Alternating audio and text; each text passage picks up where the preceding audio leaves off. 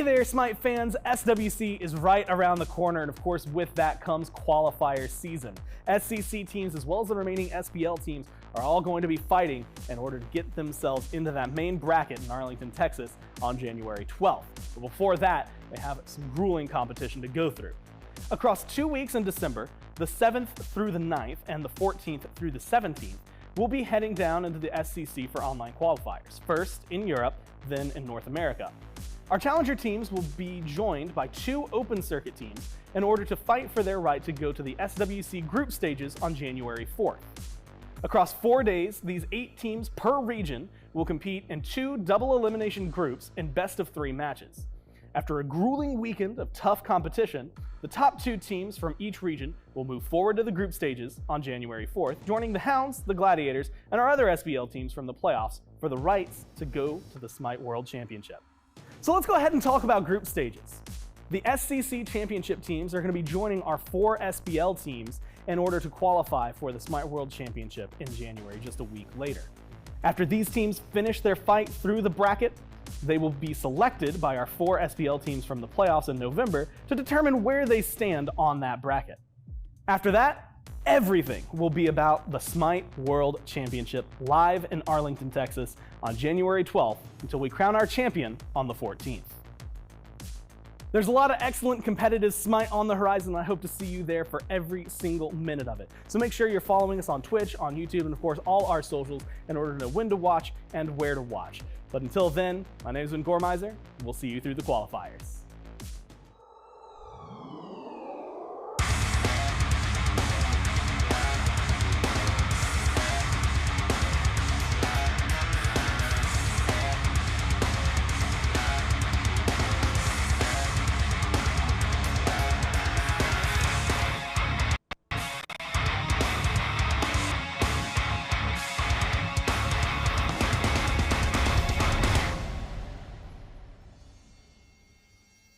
Well, hey there guys, gals, and non-binary pals, and welcome back to day 3 of the NASCC playoffs.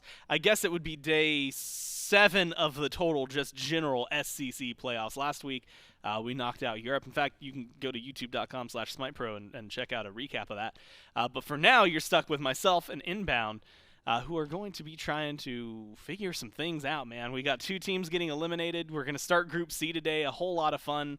And the way, again, this entire thing is working, well, you just saw it, but as the recap of the recap that you just saw, it's 2 double elim groups. We'll take a peek at Group B, who we're going to be seeing a little sporadically. The Cowlin Wardens already waiting for us in Group C. So we only have 1 set from Group B before we get into that. It's going to be the Weavers and the Scorpions that we have to kind of break open. That's going to be the second set of the day. One of those teams is going home. One of those teams is going to Group C, joining the Wardens. And remember, the Weavers came in as the number 2 seed, so for them to be in this position is pretty surprising. But you could say the same thing, actually, in Group A, because guess who's also on an elimination match right now? That's right, it would be the number 1 seed in the Valhalla Valkyries, who lost to one of the 6th seed teams in their advancement match. So now the Storm are waiting in Group C. The Sages, or the Valkyries, are going to make it there, and now it makes this one pretty spicy as we jump into it. And the thing is you know, when I think of the Sages, and admittedly this is because have bad memory issues, where I think like 3 years ago was also like last month sometimes. I think of a ton of teams like Privid's team, right? Because that's just what it's been. That is not the case. Of course, we've gone over that. We've seen them a few times, and they have been playing incredibly well. You know, Snaddy, Grave, Nayhoo, who have been playing together, DonutDoug, who's been around for a long time. These 4 have looked really good. And Evermed, while it's someone, again, who very recently came onto the team and someone who I haven't been personally very familiar with, seems to fit in pretty well. The question, though, is going to be how well can they handle the Valkyries, who yesterday we went on about it, and they ended up losing. But we went on about the name power that they have, and they do have a lot of pro history behind them. It's just the question of whether you're adapting to the meta right now a little bit better than the other team. Yeah, and this Valks team did not look like the Titan we expected to see them yesterday. They actually lost that 2-1 to the Storm. And as you said, the Storm were the 6th seed coming into this, so far these seedings really don't mean much. We have a number 5 seed and a number 6 seed waiting in Group C for these teams to come out of. And as you said, the number 1, number 2 seed are waiting in the elimination matches today. So I'm expecting a little bit of spice. I'm excited to see if from what we've seen so far, this Sages team has not looked too great. They've shown a lot of mistakes, but the Valks haven't looked too much better. So I think this is going to be a really good set to start off the day, get a little gauge of how these two teams are going to kind of play against each other, and are they able to do anything in Group C. But a lot of good, exciting games today, a couple elimination matches, couple of promo matches, and this is the rounding out the rest of this SEC, SOC tournament, and I'm just excited to see where the teams go. And this is going to have a couple matchups that I'm very excited for, because Grave has proven themselves in the jungle quite a few times, but obviously you're going up against a World's MVP jungler with Sam. Yeah. But like you said, like Sam, and this is something that we noticed, going into the Summer Masters, the Valkyries, though, like, you dominate through the regular phase, and whether there's maybe a little complacency coming into LAN or what be it, yesterday, as you mentioned, maybe didn't hit quite as hard as you would have liked. There were definitely a lot of moments. In fact, if you were watching that Storm set, or if you haven't watched that Storm set, and specifically you want to see the Valks just look real good, in Game 2, they were on something else. I don't know what it was, but if they could channel that Game 2 energy in every set, there'd be no doubt in my mind that this is a team that could even make it Worlds. Yeah, that was a dominant Game 2. I don't think they even made a mistake in that entire game. But then that Game 3 kind of erased was the exact opposite. Where on the opposite side, it was the Storm making very few mistakes and the Valks just getting exploited everywhere. But that's kind of the exciting thing with these tournaments is it doesn't seem like any of these teams are unbeatable. It's not like we have the Mambo in EU, and that's what makes all these games super exciting. So, I mean, I'm excited to see P's and B's, see where all these characters are going to be valued. The Maman, we saw it yesterday, but it's a character that it was not valued nearly as much as the SPL teams did. And I also feel like, and we've kind of seen this, but specifically in this matchup, like Crimson and Nayhoo, like we've seen a lot of mid presence already where it's like, hey, Kukulkan, Thoth, I'm going to throw Poseidon into the mix, but he's solo, but like a lot of mage presence, I guess, is really the way to. So depending on Aqua and Snaddy, you might have a little bit of a fight there, but I do think at least those top two, that Kuku and that Thoth, are probably going to be pretty prominent in this one. And if you don't ban one, I was going to say maybe opt to not ban one if you're the Sages so that you guarantee get one. Instead, they opt to let through the Opwash bans, again, from the Valkyries, Ganesh, the Afro, the Emoja, a lot of support-focused Sages, Athena, Thor, and the Thoth. But with the Opwash first, you can get the Poseidon, and if you really value it, the Cuckoo as well. Isn't it fitting you talk about mage priority and they just let through all the mages just to let them all get picked in the first slots? But, I mean, we got 3 mages locked in already. Make me look good. Keep it coming. Keep it coming. 3 mages all locked in. Nike again, too. This is another character that's kind of just came to the forefront of this solo lane meta. Aqua looked great on it yesterday, and it was like the 2nd or 3rd game we saw played. Anhur, fitting. It's one of the best characters in the game in ADC outside of this Chernobog, but that's something maybe we could talk about. No Chernobog picks so far. Yeah, which is weird, right? Very like weird. it's like Very he is considered in a lot of it, like if you cut his ultimate off, he's probably a mid-tier carry, right? Like nobody cares about him. But you give him that ult, and suddenly, hey, that concept where we could fight anywhere, anyone, anytime, it makes it such a huge prominence. But not only not seen in the first 6 bans, then not seen in the first 6 picks, then not seen in the bottom 4 bans. We got a Terra, an Ares, a Rat, and a Naja, so wild. Ram, Charon, and Mercury. So far, it doesn't seem like he's going to show up. Yeah, I mean, unless we see just like a wild 10th pick here where they... Cherno jungle. Yeah, something wacky like that. We get the Fenrir locked in. Huh. But I like the Valks kind of how they've kind of aligned this. This Game 2 yesterday, this was kind of the comp that they had. They had this Nike, they had this Mercury that were wreaking havoc. Aqua did a ton, and then Sam was able to kind of put a lot of pressure onto the enemy backliners, pulling relics and stuff like that. The only difference is I have to see Crim play this Opwash because I've rarely seen an Opwash mid, other than Paul, really look fantastic on this character. So if Crim can come in, and this is their first pick, by the way, so this is something that if you first pick a character, you need to dominate with it. I'm curious to see how Crim is going to play it. Will he opt for like a breastplate? Will he go that more of a full damage build? And how will the team play around him? And on top of that, how will he play with it? Yeah, especially when you're going up against a Cuckoo, right? Like, Yeah. If it's a, hey, I'm a solo laner, here's a field of no play zone for later, versus I'm just straight up a mage and that guy's going to one-shot me with his ult, things could go a little awry. The only way to find out how it's actually going to happen is to go to game 1, and to do that, we'll go over to our casters. That's right, thank you, Goran Inbound. It is the Valhalla Valkyries versus the Athenian Sages. And Kaizo, unbelievably, so early in the game, one of these teams is going home. And it's unfortunate, but that's just the nature of competition. You can't all make it in. One thing I would like to bring attention to right away is Aquarius on this Nike with the Sanford Mercury. This is how we saw them win their one game yesterday, but it's not quite a usual meta style of pair of picks. It's really not well, hang on. Snaddy is going to take a large chunk of damage here for existing too close to Aquarius, I guess, so he'll have to hold on to that one. But Nike is one that we've seen a couple of times this tournament so far, and Snaddy continues to be under threat, actually. And I've kind of liked the Nike we've seen so far. I mean, yesterday it was, I think it was Nike against Morgan Le Fay or something to that effect, and you really got the impression that this Nike is the real deal when it comes to if you're picking a warrior in the current meta. She does still clear very well. She can bully some of these squishier mages that tend to show up in this lane. And then late game, it's just kind of nice and a bit of a change of pace to remember what it's like to have two frontliners, like two real actual frontliners in a draft. And it still does relevant damage to backliners, can be very difficult for something in particular like a Rom to deal with that doesn't really have a way to cancel that barrier formation and doesn't have abilities to begin with to speak of, so pretty much negates all of DonutDoug's existence. I really like the Nike here.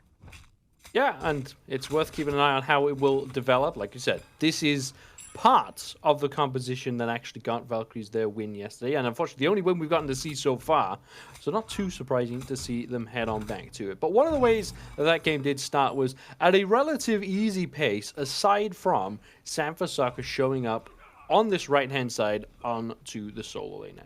Now, it is a Poseidon this time, but how do you think Poseidon can deal with this Mercury? You know, we've seen Sanford line up these shots down the lane multiple times, and if we see it again here, is it still that easy target that you might think of a mage being, or is Poseidon maybe one a bit more equipped to handle it? Probably less equipped than the average mage solo. I mean, the reason you play Poseidon in the solo lane right now is kind of favorable matchups into the other mage solos, and then just really good burst damage and objective shred. They often go for that Frenzy second relic and more of a, wow, he actually got 2 of those over the wall. Nice. More of a almost utility mage in a way, which is weird to say for a Poseidon, but that really is what his role has been, where he has the Kraken for secure, he has the Frenzy for the objectives. Here we go. The blue buff invade yet again does go the way of the Athenian Sages. Oh, Aquarius actually up downs there. Doesn't connect with anyone. Shards go flying, but no more aggression from there. And it will just be the first attempt on the blue buff of the Sages, but nothing doing just yet. No successful invade. So, like we were somewhat expecting, all of the attention so far on this right-hand side, with the left side of the map being quite slow. And a bit of boxing here and there, but both sides, I think, trading out shield buffs. In fact, I think it was Grave who got the first shield buff. So, slight edge for the dual lane of the Athenian Sages. And is that how you would expect this dual lane to go? Do you think this will be a bit of a snooze fest over here? It should be. I mean, there's not really a reason for either one of these two teams to fight. Usually, if you're putting a bunch of attention to dual lane in the current meta, you're working with something like an Aphrodite support, which we saw yesterday, I believe, where it's pretty susceptible to being abused early on, and you want to really start directing some resources toward her to not only slow her down on her scaling into the late game, but ideally take advantage of that most susceptible phase. And I mean, well, Charon and Sobek don't really have that stage of the game. We'll see an ult go down from Sam for Soccer in mid. Looks like he burned that one onto Nayhoo, and he's got the rotation from Grave. Grave is in, there's the brutalized one shot, but then triggers the Ragnarok and gets the beads out from ErupTCrimson. And first attempt used with that sonic boom from Sanford doesn't pay off, but does at least get the ultimate and the beads from Nayhoo. So expect to see this Mercury returning there somewhat shortly. But I do wonder how well ErupTCrimson on this Puch can follow up Sanford damage here. We did see for the Valks again yesterday, combining that special delivery from Mercury into a Kukulkan ultimate. It's pretty self-explanatory, does what it says on the tin, but not quite so simple when it's an Apwash in the mid lane instead. It actually is slightly more reliable in a way. I mean, it's a, granted, slightly smaller AoE than a Kukulkan ult, we'll say, but the Apwash follow-up naturally on a lower cooldown, and despite that fact being of at least somewhat comparable damage, I mean, you're talking about Kukulkan ult as obviously it's your big cooldown, right? Like, it's the one that's going to take some time to come back online, and Apwash, just by nature of, you know, being a character with crazy good burst damage, will have a lot of that inherent in the kit, and Gamma takes all of the shots here in return for trying to secure that shield buff. Looks like they did get it, but DonutDoug and Evermed were not particularly pleased that Gamma just burns the summon sticks for that one.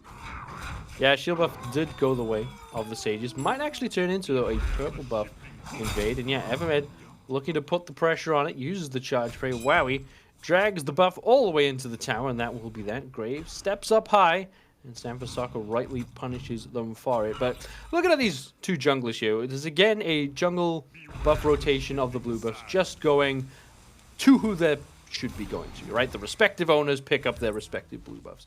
But a somewhat old school method of just figuring out Smite and who's doing well is Fenrir attacking the enemy buffs or defending his own? If you can keep Fenrir on their side of the map, that already takes out a large portion of the strongest part of their game. It is Fenrir, an early game Titan, not to the extent that, you know, we saw Slash basically just walk around the map and kill people yesterday on the Thanatos, but not quite the same story for Grave on the Fenrir. Has a lot of actually really, really good mid-game utility on this Fenrir, being able to apply beads pressure, especially when you have something like a Sobek on your team that not only gets benefit from those beads being down, but can also force them pretty reliably on his own.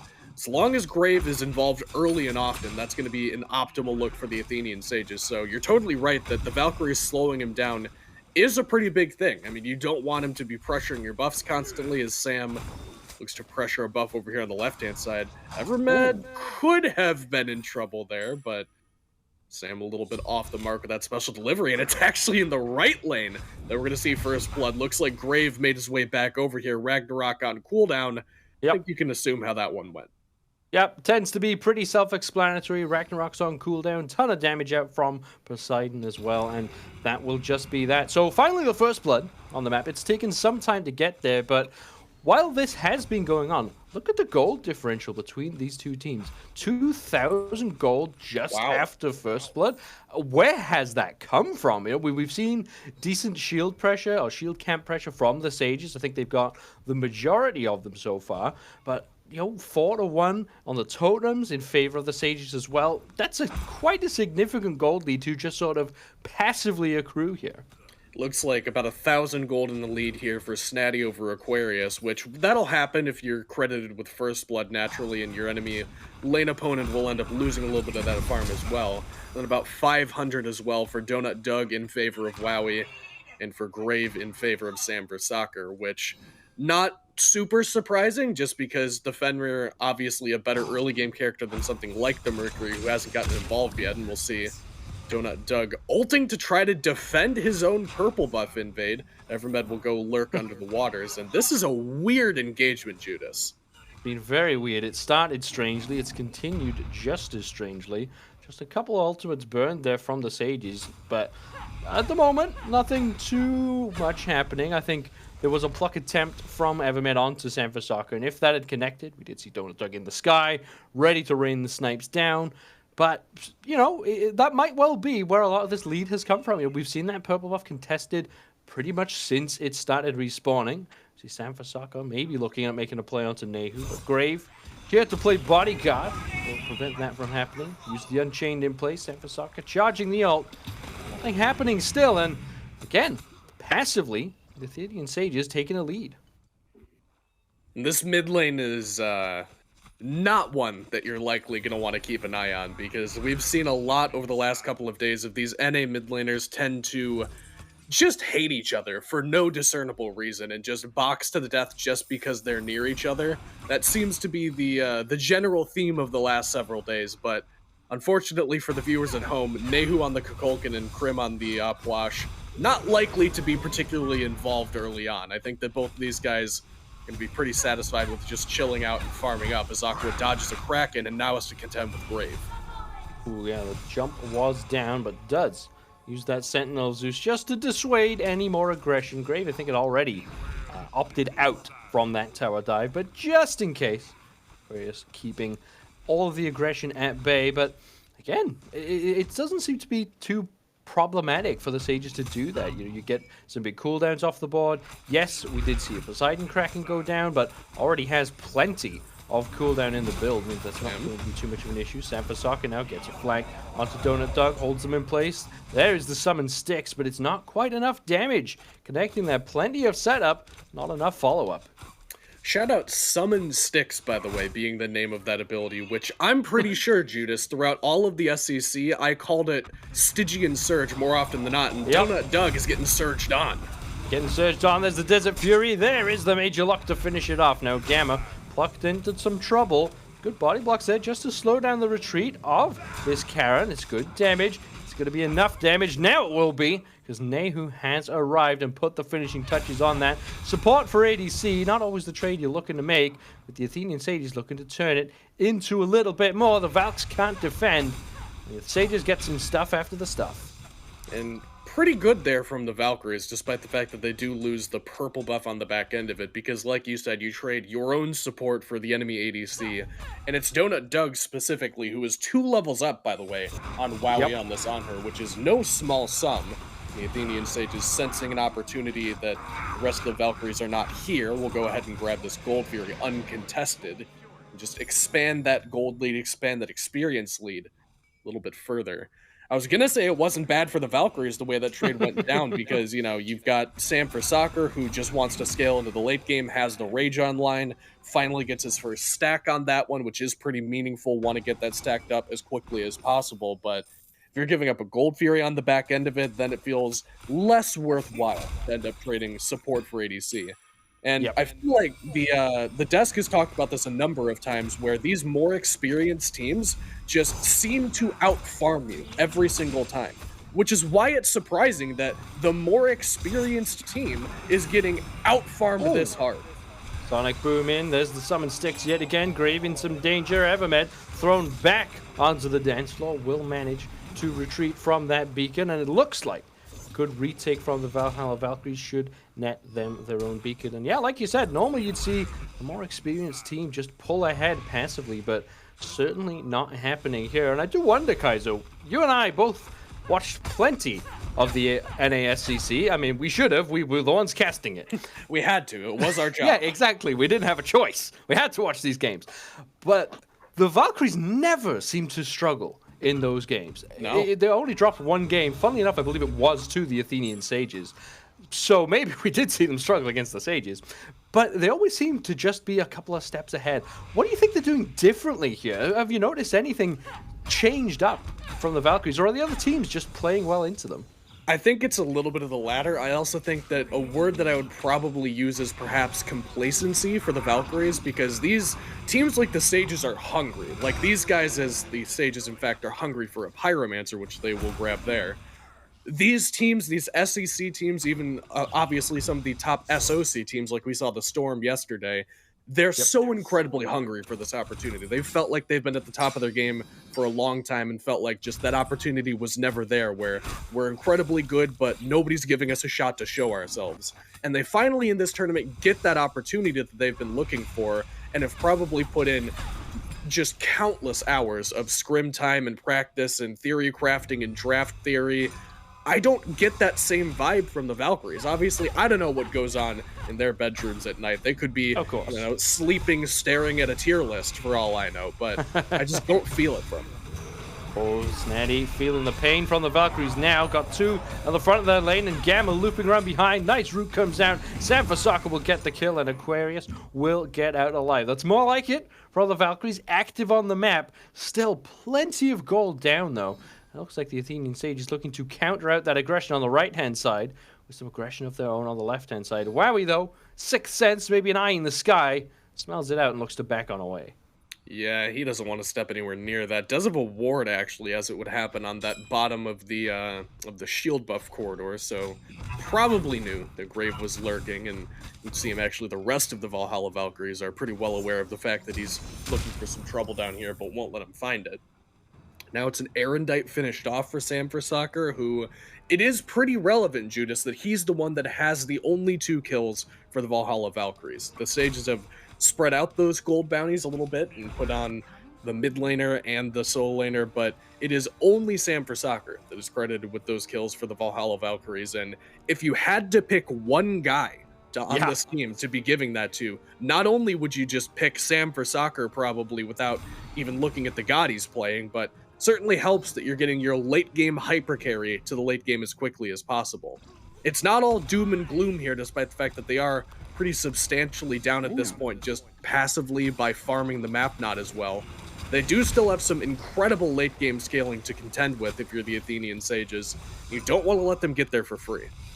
Snaddy now gets hit by that Sonic Boom yet again, drops the Kraken early and doesn't find purchase. Here comes the Spirit of the Nine Winds off the mark. And now Nayhoo in some trouble again. The barrier formation really punishing this Kukulkan, puts them out of where they want to be.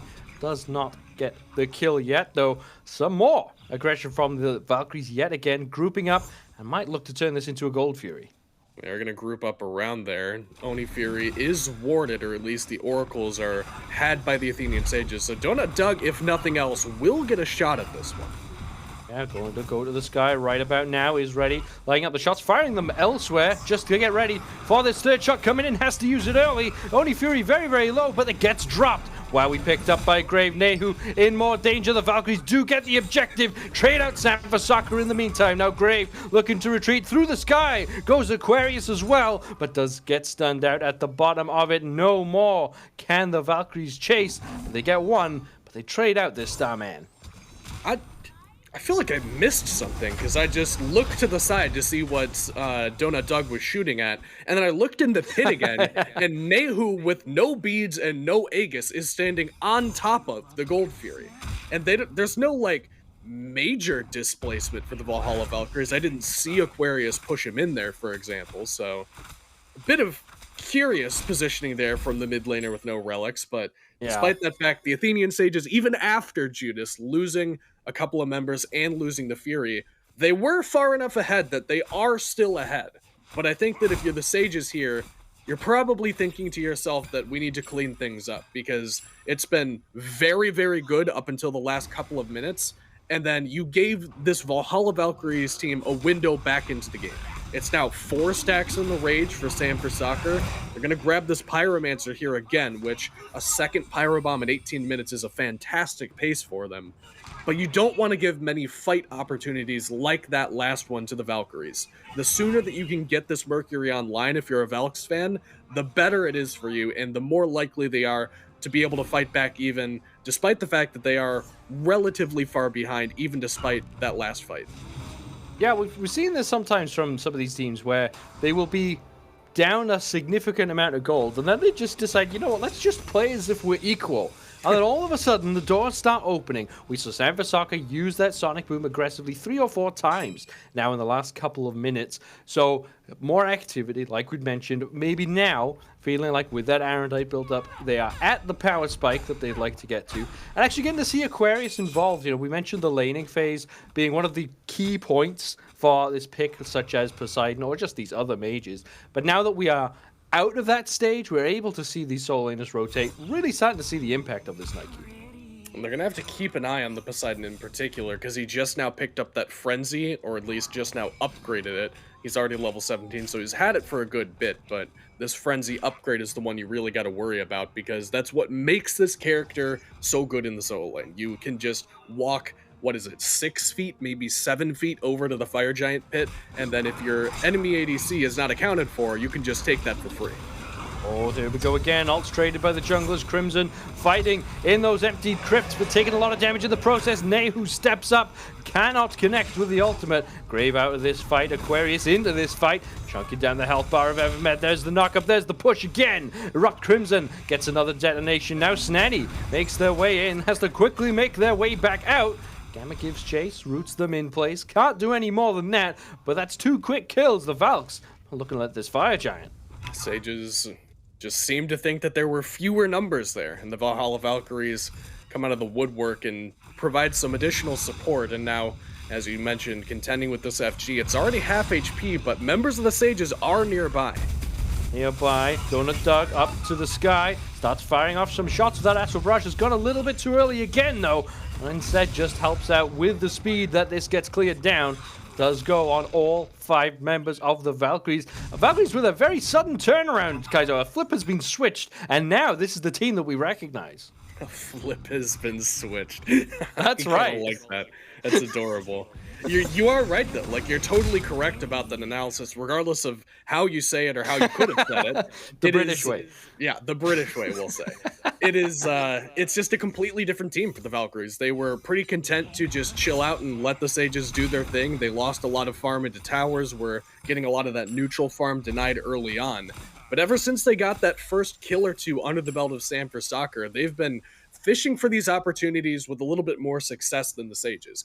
Despite the fact that, Mercury and Fenrir are typically attributed with 2 different play styles, one a hyper carry, one that, has a lot of late game priority, versus Grave on this Fenrir, typically considered to be more early game and utility. They play the same way, and the Sages, oh my god, what a sonic boom!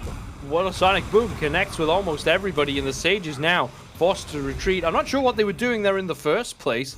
Pulling an objective into 5 with Fire Giant while the Oracles are there. Very brave call from the Sages. It does not work out, though. The Valhalla Valkyries were ready to react, but there's making a risky play, Kaizo, and then there's that. Yeah, that's the old throw the brick through the window and see what the response time is, and it was very good from the Valhalla Valkyries. They were already in the store when the brick went through the window, and they just kind of look up from their newspaper and see that the Sages are nearby. Do end up grabbing the Gold Fury on the back end of that one. So credit to the Sages for not just, playing passively, letting the map come to them, because, you're just going to lose the Oni Fury anyway if you do that. You're just going to continue to bleed away more of this farm to this Fire Giant team. So I don't hate that they at least go for it and then back up when it turns out, that the Valkyries are nearby. Things aren't potentially going as well as they thought. And despite the fact, Judas, that the Valkyries have been winning these last couple of fights and have this FG, if the Sages can stall this out without losing too much, as Grave gets the ult forced here, they're not in the worst spot, but the Valkyries are trying to force the issue. As the Sunder comes out onto ErupTCrimson, who then backs on out of there. Evermed just throwing out their actives. Got to make sure you use them. If you're buying that Relic Dagger, last thing you want is to see them not on cooldown. So, taking a few towers, not the left side tier 2, but actually the mid lane tier 2. So have exposed a Phoenix, now have the Valhalla Valkyries. They've taken the Gold Fury, they've taken the Pyromancer, so they now have a Runic Bomb of their own in pocket. Previously they had all gone the way of the Sages, but now they have control. And they've built up a small lead, only about 3,000 gold, which is relatively small for this stage of the game, but we'll see these Titans begin to walk down the lanes, and now all of the advantage is with the Valhalla Valkyries. So what do the Sages do here? They've managed to wrest control of the game initially. Now that it's somewhat slipping away, do they have what they need?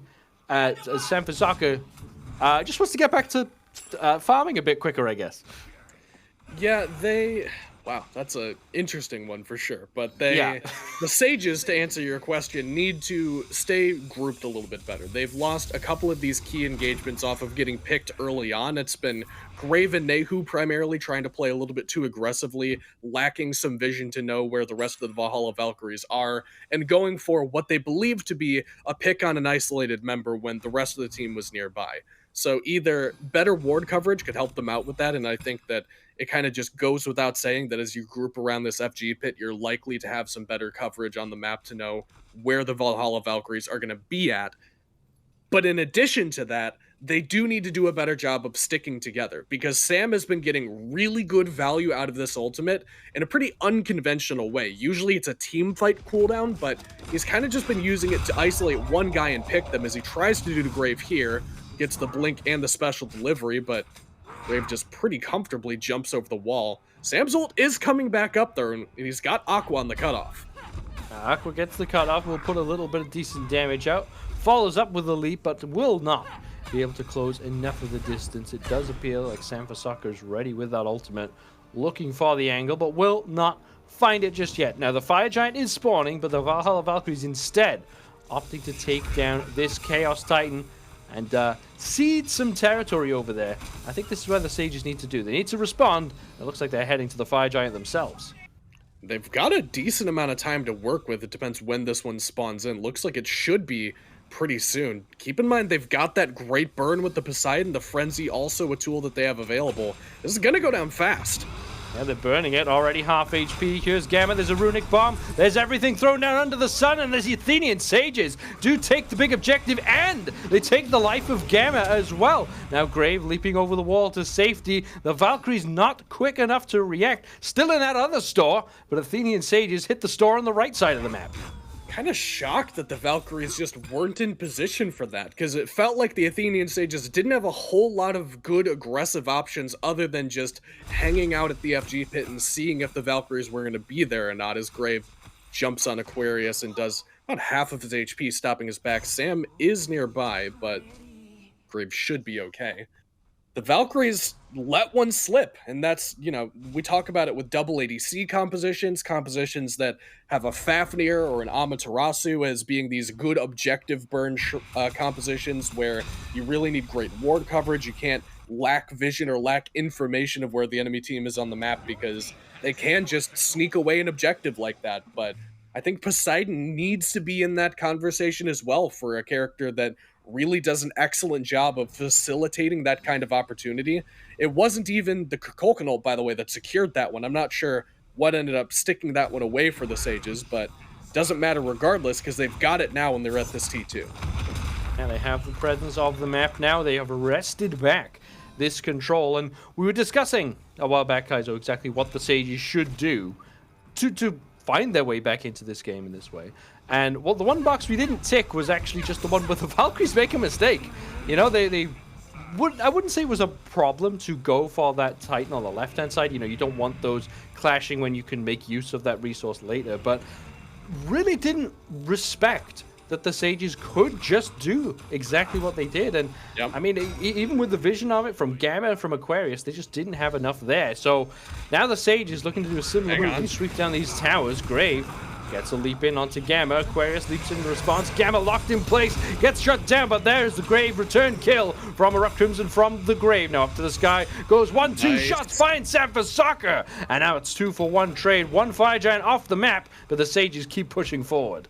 And they've got 4v3 for a bit. No wave coming for a decent amount of time, and pretty low health bar on Evermed will mean that this is going to be awkward if they try to go for it. Crimson has great area denial. We'll put some of that damage onto Snaddy in particular. Half HP on the tower. They look to try again. DonutDoug fires one shot, gets sent back in though, as do the rest of the Sages. So that one fight was enough for the Valkyries to stem the bleeding. We are tied up in the tier 2 count, even close in health bar as well. Low HP tower in mid for the Sages and low HP tower for the Valks to take down. But now, looks like that will be the end of the aggression from the Sages. We are close but not quite at that EFG timer, but it'll probably be that on the next respawn. So it's the all-important one, Kaizo, the one that really matters. Up until now, it's all been fake Fire Giants. Then we're looking at the real Fire Giant coming through. Who would you give the advantage to? Because the Sages surely can't sneak another one away. You'd have to assume not. I mean, there's not a whole lot else for the Valkyries to be doing with their time during the next couple of minutes, and if they're not at the FG pit, Judas, then, you know, fool me one time, shame on you kind of thing, because they absolutely need to know that the Sages just want to sneak stuff away. They've been doing it all sets, or excuse me, all games so far, and honestly all weekend. I feel like a lot of the times we've seen the Sages, it's been these early Fire Giants, a hard commit to a Gold Fury early on in the game and trying to supplement their lead pretty early with a snuck away objective like that. So the Valkyries should know that's in the cards. It's on the game plan for the Athenian Sages. And I think that when it comes to this FG fight, Judas, these have been so weird, because usually you would want to say that Samphasakur is not favored in a jungle fight, and neither is ErupTCrimson. Both of them are pretty heavily impeded by having any structures in front of them, and the jungle corridor is obviously counting in this conversation where you can't get a good sonic boom lineup. ErupTCrimson can't use that undead surge over a wall. That was one op wash buff that he did not receive, unfortunately.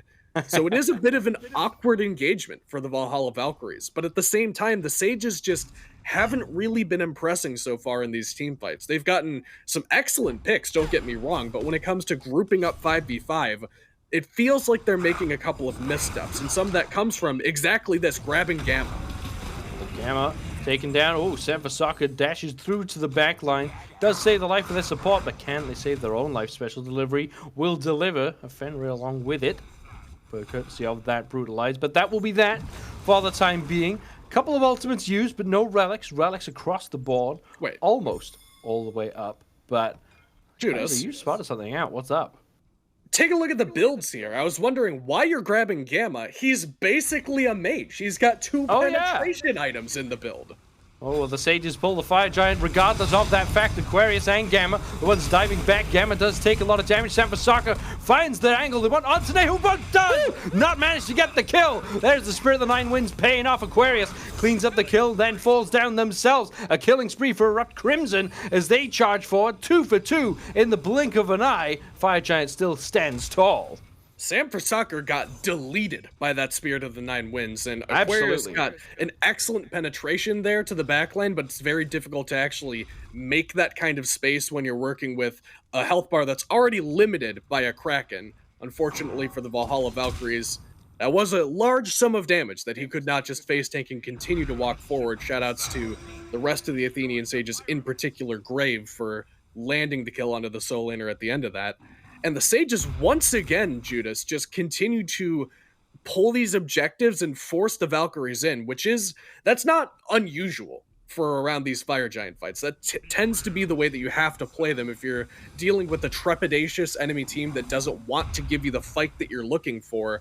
The only way to really force them to do that is take some damage from the FG, get the health bar low, and make them panic a little bit and step into the pit. But I'm not convinced that the Sages need to do that. Like, the Valkyries are playing reasonably aggressive to begin with, and I feel like if they just chill out and don't take too much damage, if they don't group up around that FG corridor where Sanfasaka can get an excellent west to east ultimate, as he did in that fight, and really kick things off for them, I just gotta feel like the Valkyries step in anyway. And the Sages take a large sum of damage for that. Nayhoo has to be pretty far forward to be able to put some relevant damage on the FG.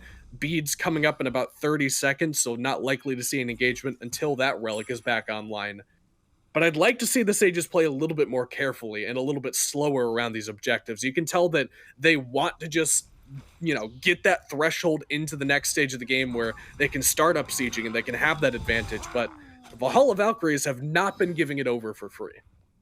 Absolutely not. But one thing that has been given over by the Sages has been all their sets of purification beads, and I believe that's why we are seeing this delay on anyone pulling the Fire Giant. But now, looks like the Valkyries have decided they're ready. They're well equipped on the beads front. They're looking to get aggressive, but we'll just be that for now. We'll just be a pull and see what the response is like from the Sages. Now, we have 3 runic bombs in the pocket of the Sages, and that combined with this Spirit of the Nine Winds mean that this will definitely be a tough take for the Valks. They do again pull the trigger. Gamma's going to take a ton of damage. Sanfasaka blinks the backline. Aquarius gets one with the Ragnarok. Nayhoo now tries to retreat over to the fight. There's the Astral Barrage. No low health targets though, so will not be able to take anyone down. It's 3 ults for 2 in favor of the Valhalla Valkyries. Still have that all-important Sonic Boom, but again, both sides clash heads and come away with bloody noses.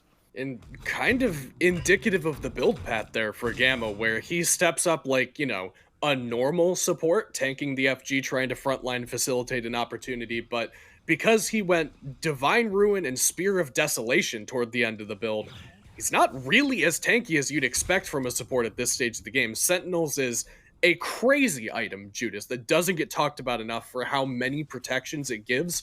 He's got the first 3 items are the most, gold to defense effective items you can purchase in the game of Smite. but he doesn't have the prophetic stacked up. He's still not level 20 yet. 2 damage items makes him a little bit squishier. They're just really not as tanky as you'd expect right now, and yet they're still playing as though they can walk up pretty confidently. The Valkyries will pretty confidently start up this FG, but not going down fast. They still seem to want the fight.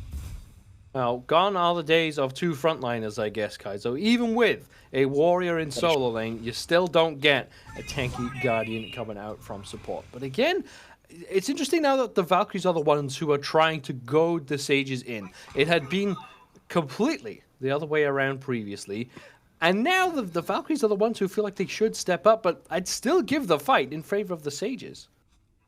Yeah, especially with the zone control that Nayhoo has and the fact that Sages know the Valkyries are never going to just outright commit to the objective unless the Sages just completely vacate the premises. They've got so much better secure with the Spirit in the 9 Winds and those 3 runic bombs, as you mentioned, which means that the Valkyries don't get the chance to just pull this and then coin flip it.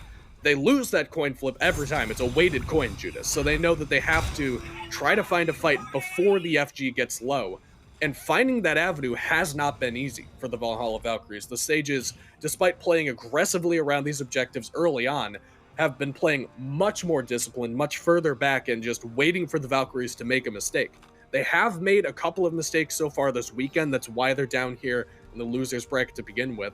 So it's not the worst idea in the world to just wait and see what the Valkyries are going to do. The Valkyries don't seem to have an answer yet. I mean, you're talking, you have to put a pretty serious commitment onto this next fight if you want to actually force the Sages to fight with you. Otherwise, they will just backpedal, stack some damage on you, and then come back up once they're a little bit more sustained. The Sages are playing incredibly patient. Incredibly patient, and Sanfasok has had enough of it. Goes on to Snaddy. Does get the purification beats out from the Poseidon. Actually, no, doesn't. No relic usage there. So, well, does a Fed blink onto Grave, gets some damage. There's the beads forced by the charge prey Aquarius. A lot of health with that shield coming out as well. So that will be a retreat now for the Sages. This beacon has spawned to give us some respite from our stalemate at the Fire Giant, and now Evermed dashes on in, goes back with that lurking in the waters, but is not confident enough to attempt to retake the beacon. Sanfasok gets a flank behind. That's a good double stun. Combine that with the Kraken coming out ahead, and here comes the Spirit of the 9 Winds. Deletes Aquarius, knocks up Gammon, puts them in some danger. Grave tries to take the fight onto Wowy, has to use the Aegis. Now there's the Desert Fury coming out, and it's a very close fight, but Grave comes out on top yet again. Sanfasok isolated from the rest of their team. DonutDoug with the smallest amount of health stays alive. Nayhoo gets that slow with the Zephyr. Sanfasok in some real danger.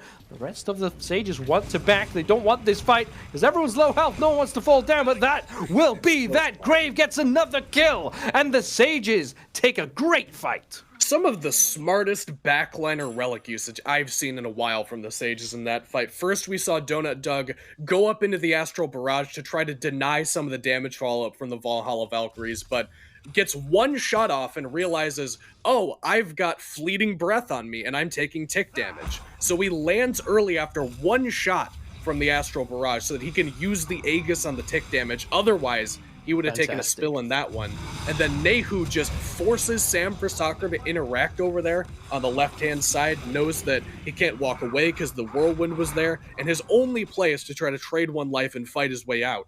But because Nayhoo waits for that to happen, then uses Aegis and lets the rest of his team finish off the kill, no greed there whatsoever from Nayhoo, make sure that that kill goes down cleanly. And because of that, Judas, they do finally end up taking down this FG. It took a fight not at the Fire Giant pit for the Fire Giant to finally go down. And it was just a great engage from Grave there. He got a pretty relevant cooldown out of Aquarius early on. Fenrir for the Sentinel of Zeus isn't the best trade in a vacuum, but when it means that Aquarius Nike is a little bit more susceptible to the damage coming a little bit later on, and you can get such a great jump stun as he did a little bit later in that Obelisk pit. It was an excellent fight from the Sages, and the Valkyries were near margins on being able to turn that one around. I mean, it was very low health bars for just about everybody on the Sages, but I don't know if it was a lack of target prioritization or maybe some just unfortunate cooldowns not hitting, but when Aquarius gets deleted and you don't really have a great front line to stand behind anymore, the fight is not as easy for the Valkyries. So the Sages now with 5 members with FG Judas, Relics coming up just a couple of seconds for everybody on the squad. They're going to have every resource that they could imagine, including these Oni minion waves coming up in just a couple of seconds, to be able to break into this base. Well, first wave hits on the left-hand side as a wave hits the mid side of Snaddy and Grave.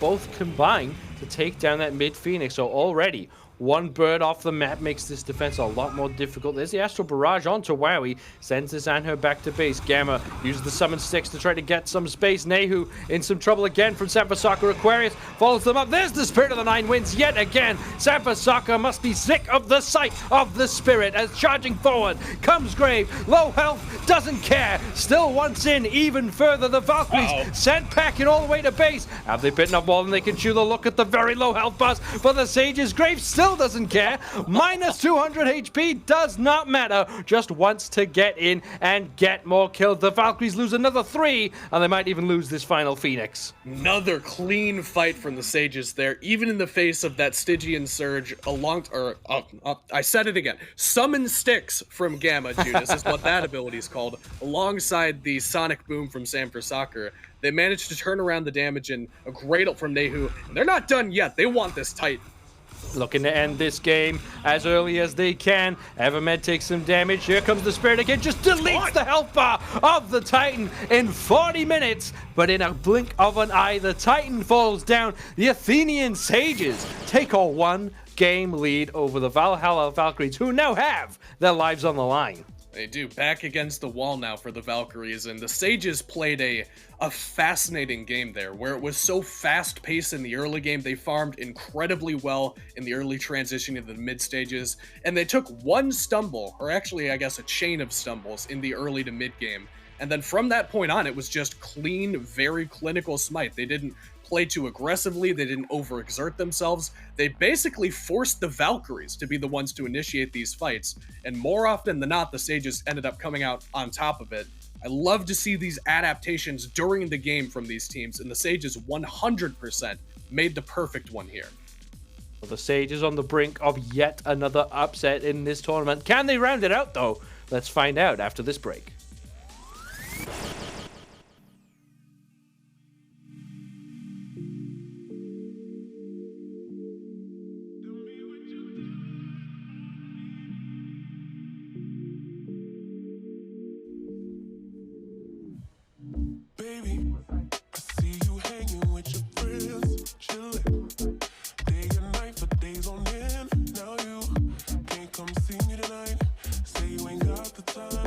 I'm the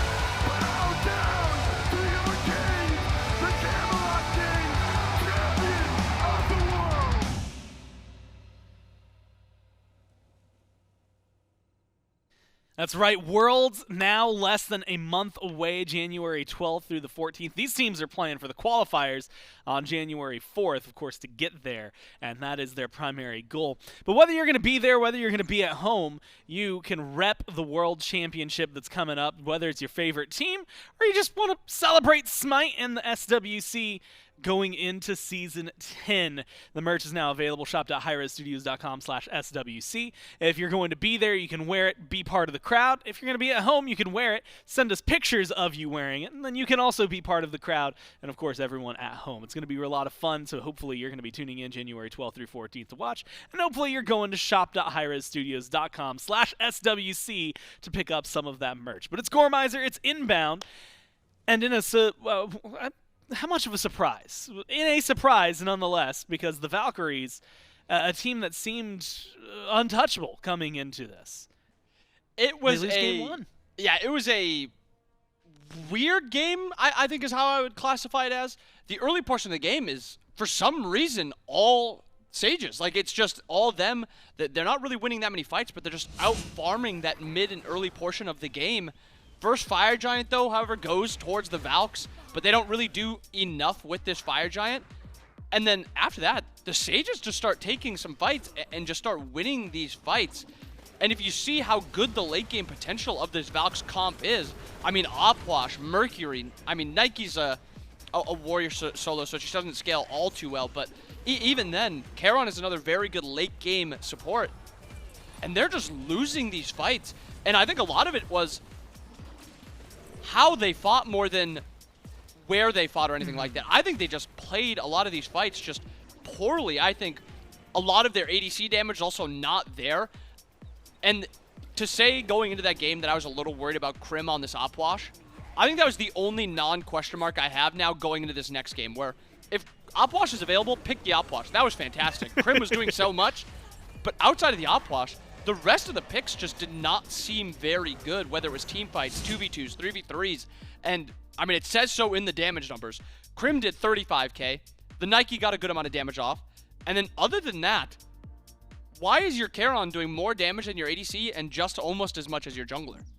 Yeah, and it definitely feels like, you know, yesterday when we saw them in their dominant game, right, Sam was playing the Mercury, but it was with the Kukulkan alongside it. Like, you had that burst, so it was set up kind of, you know, matching aggression. But like you said, 3-0 and 4, Crim looks really good. On the other side, every single player looks really good. You get so much out of the Sages.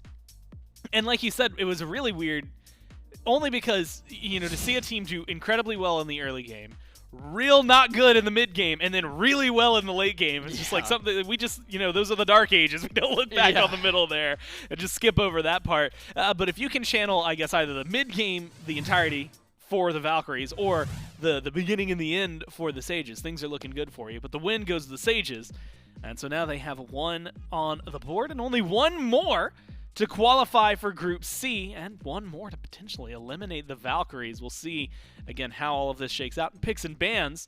Valkyries, first pick, same as last time around. What kind of bans? It was very support-heavy last time, right? And now, already changing it up. The Aphrodite's there, so yes, a little support-heavy, but the Opwash and the Poseidon joining. Meanwhile, the other side, the Athena, the Emoja, and the Thoth.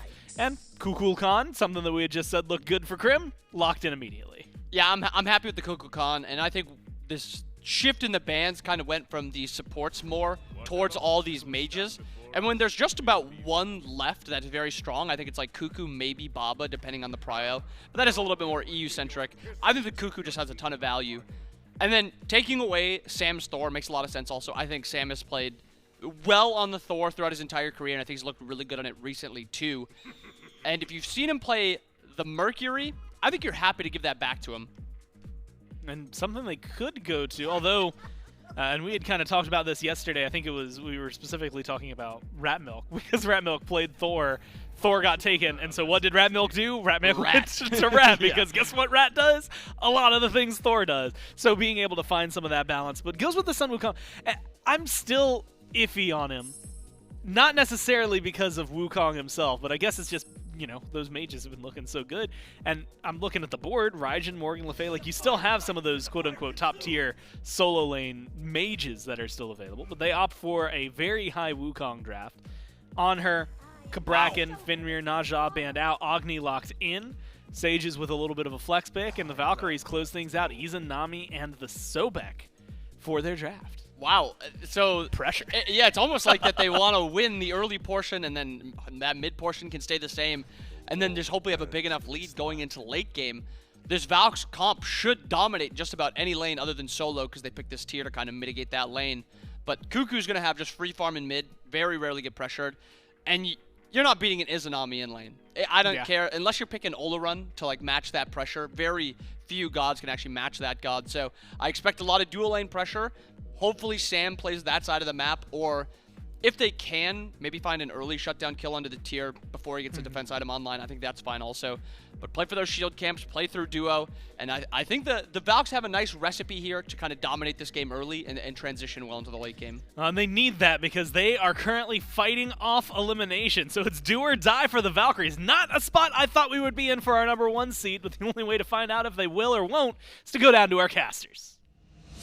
Thank you again, Gore and Inbound. That's right, backs against the wall, like we said, for the Valhalla Valkyries. Nobody saw this coming, but it's all up to the Valkyries to fight their way back out of it. The Athenian Sages, though, more than happy to stand in their way. They want to move on to Group C.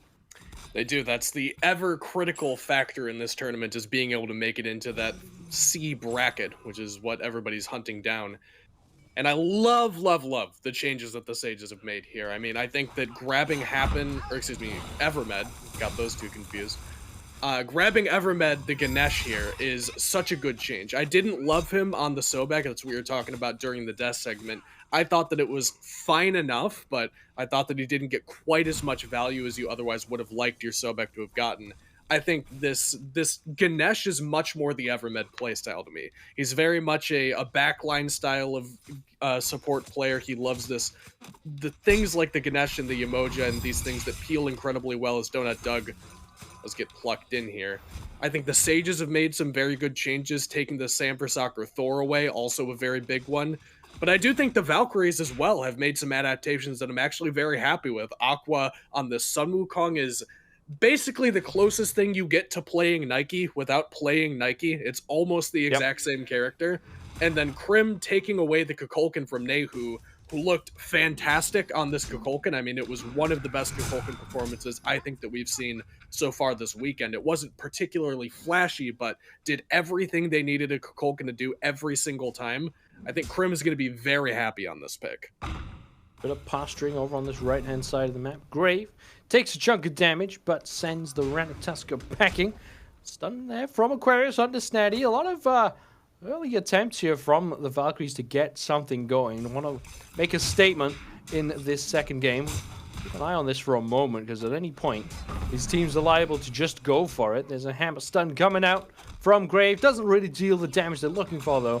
Looks like they shall retreat. More dual lane aggression for the Valkyries, and that brings you to the point I wanted to talk about, Kaiser. We've seen this a few times now on the Izanami when it's been picked up, but I haven't heard anyone talk about it, so I want to bring it up. Tainted Steel as the starter. What's your opinion on that? I think it's fine. I'm not completely sold on it being optimal, but I think it's certainly viable. The idea behind the Tainted Steel is that a starter item is designed for two things. One, you want it to transform into something important late game. You want a very good item once you're level 20. But in the early game, it's designed to just get you through the laning phase without falling behind on mana, falling behind on health. Izanami doesn't really have any issues with that typically. She's got the cleave autos that do a very good job as Valkyries contending with this purple buff invade, putting a lot of damage onto Evermed. Tainted Steel possibly helping out here. Gamma off the mark with the pluck, and now in a bit of danger himself. Yeah, Gamma splits the uprights, and unfortunately not able to get the pluck, but still the aggression continues. No jungler presence to speak of, and Valkyries there, I quite like that. They're not, didn't get away with everything they wanted, but just take a quiet lead there to get the small camps away from that purple buff, and again, continue to exude pressure in this duel. But going back to this Izanami question, the Tainted Steel is fine. It gives you good anti-heal late game. It gives you actually a reasonable amount of defense as well, which makes sure that you're not going to get bursted as quickly by something like this Thor. But it really does boil down, Judas, to the fact that you just don't need another starter item as Izanami. I think that Gilded Arrow is fine, Hunter's Cowl is fine. There's a couple of fine options, but you don't need any of them. So if your team feels like it's going to struggle to spread anti-heal, if you think that's going to be valuable for you, or if you just want the decent base stats, which it does give you quite a bit of, even at this, level 1 stage, so find enough option. You just don't need anything else is really all it boils down to. And this is what I really love to see from these teams, is when you get pressure on one part of the map and you use that to help someone else elsewhere. So with the pressure that Valhalla Valkyries have established in this dual lane, it's meant that Sanfasaka can come over and help with this purple buff. And now, some big aggression coming over here. Level 5s across the board. Good stun onto Evermed. Drops the Dharmic Pillars. But that will be that. Everyone just decides they're hit 5. They might as well use their ultimates. Blasted on each other. No real winner in that, though. Yeah, good disengage, though, for the Athenian Sages, because they needed to make their way out of their grave, was not anywhere nearby, so if that boiled down any further, then probably don't want to be taking that fight outnumbered. Sanfasaka lending some of that dual lane pressure that Bobby was asking for on the desk, and at least checking in to see what's going on between Wowy and DonutDoug, which not a matchup that you typically consider to be particularly involved between those two characters. Both of them likely to be pretty satisfied to just farm up to level 20, same thing alongside this Kukulkan once again for ErupTCrimson. But if you put a thumb on the scale, if Sanfasaka is there consistently, or Grave obviously can do much the same with basically the same character in Thor and the Ratatoskr, you can put a pretty significant change into the way that balance works out. It's not as though these characters are immortal or aren't going to interact at all. It's very possible that a good jungle gank and a well-timed purple buff invade or a back camp invade or whatever the case may be could be a pretty significant change to the way the dual lane ends up happening. Oh, Gamma there, looking for this sneaky invade style that we've seen some of these supports go for. It does get caught in the act and will be forced to charge prey away. Now there's purple buff again under duress, and Evermed opts to pull it into the tower. That's a win, though, for the Valkyries. You still get that reduced amount of gold from that camp, so small wins yet again for the Valkyries, looking to passively build up a lead, similar to how we saw the Athenian Sages do it in game number 1. It's not paying off massively in the gold lead yet, but it's not really supposed to. This is where you want your experience lead to tell the difference, and it's ever so slightly in their favor. And it is a large-scale change from game number 1 as well, because don't forget that even without any kills on the map, the Sages were starting to pull pretty significantly away from the Valkyries just by denying that farm and having a better control of the neutral objectives, as DonutDoug does get plucked back in, should be alright. And the fact that the Valkyries not only staying even, but also getting a little bit ahead in the farm game, means that they made some pretty significant changes in the draft and possibly the playstyle as well. As Sanfasaka gets eliminated, Judas, for first blood. He was 100% HP. Wow, yeah, the amount of damage that Agni and Thor can put out absolutely needed to be respected there, and unfortunately Sanfasaka not able to react, has the Blink Relic in pocket, no beads to speak of. And, I mean, that's just what CC brings you, right? You can get a long-range stun with those Noxious Fumes, a long-range stun with that Tectonic Rift, and being level 8 on the Thor, Grave, and Mjolnir's Attunement double tap will do a very large amount of health, as Sanfasaka has just found out, if you didn't know already. And that's the first blood yet again going the way of the Sages, negating most of this gold lead across the map. There's the blink coming out from Gamma. DonutDoug in some trouble, low health, but there's the portal, not going to be enough damage. And will not connect, but Doug on this Hachiman expectedly under a lot of pressure. And doing a great job there of hanging onto the beads, understanding the danger that he's in. Even if that dark portal from Wowy connects, I doubt that it's enough to bring down DonutDoug, and he wants to keep that cooldown available of the purification beads in case there's a rotation from Sanfasaka, or if Gamma catches him with another pluck at a less opportune moment. Evermed appears to have stolen away the shield buff there.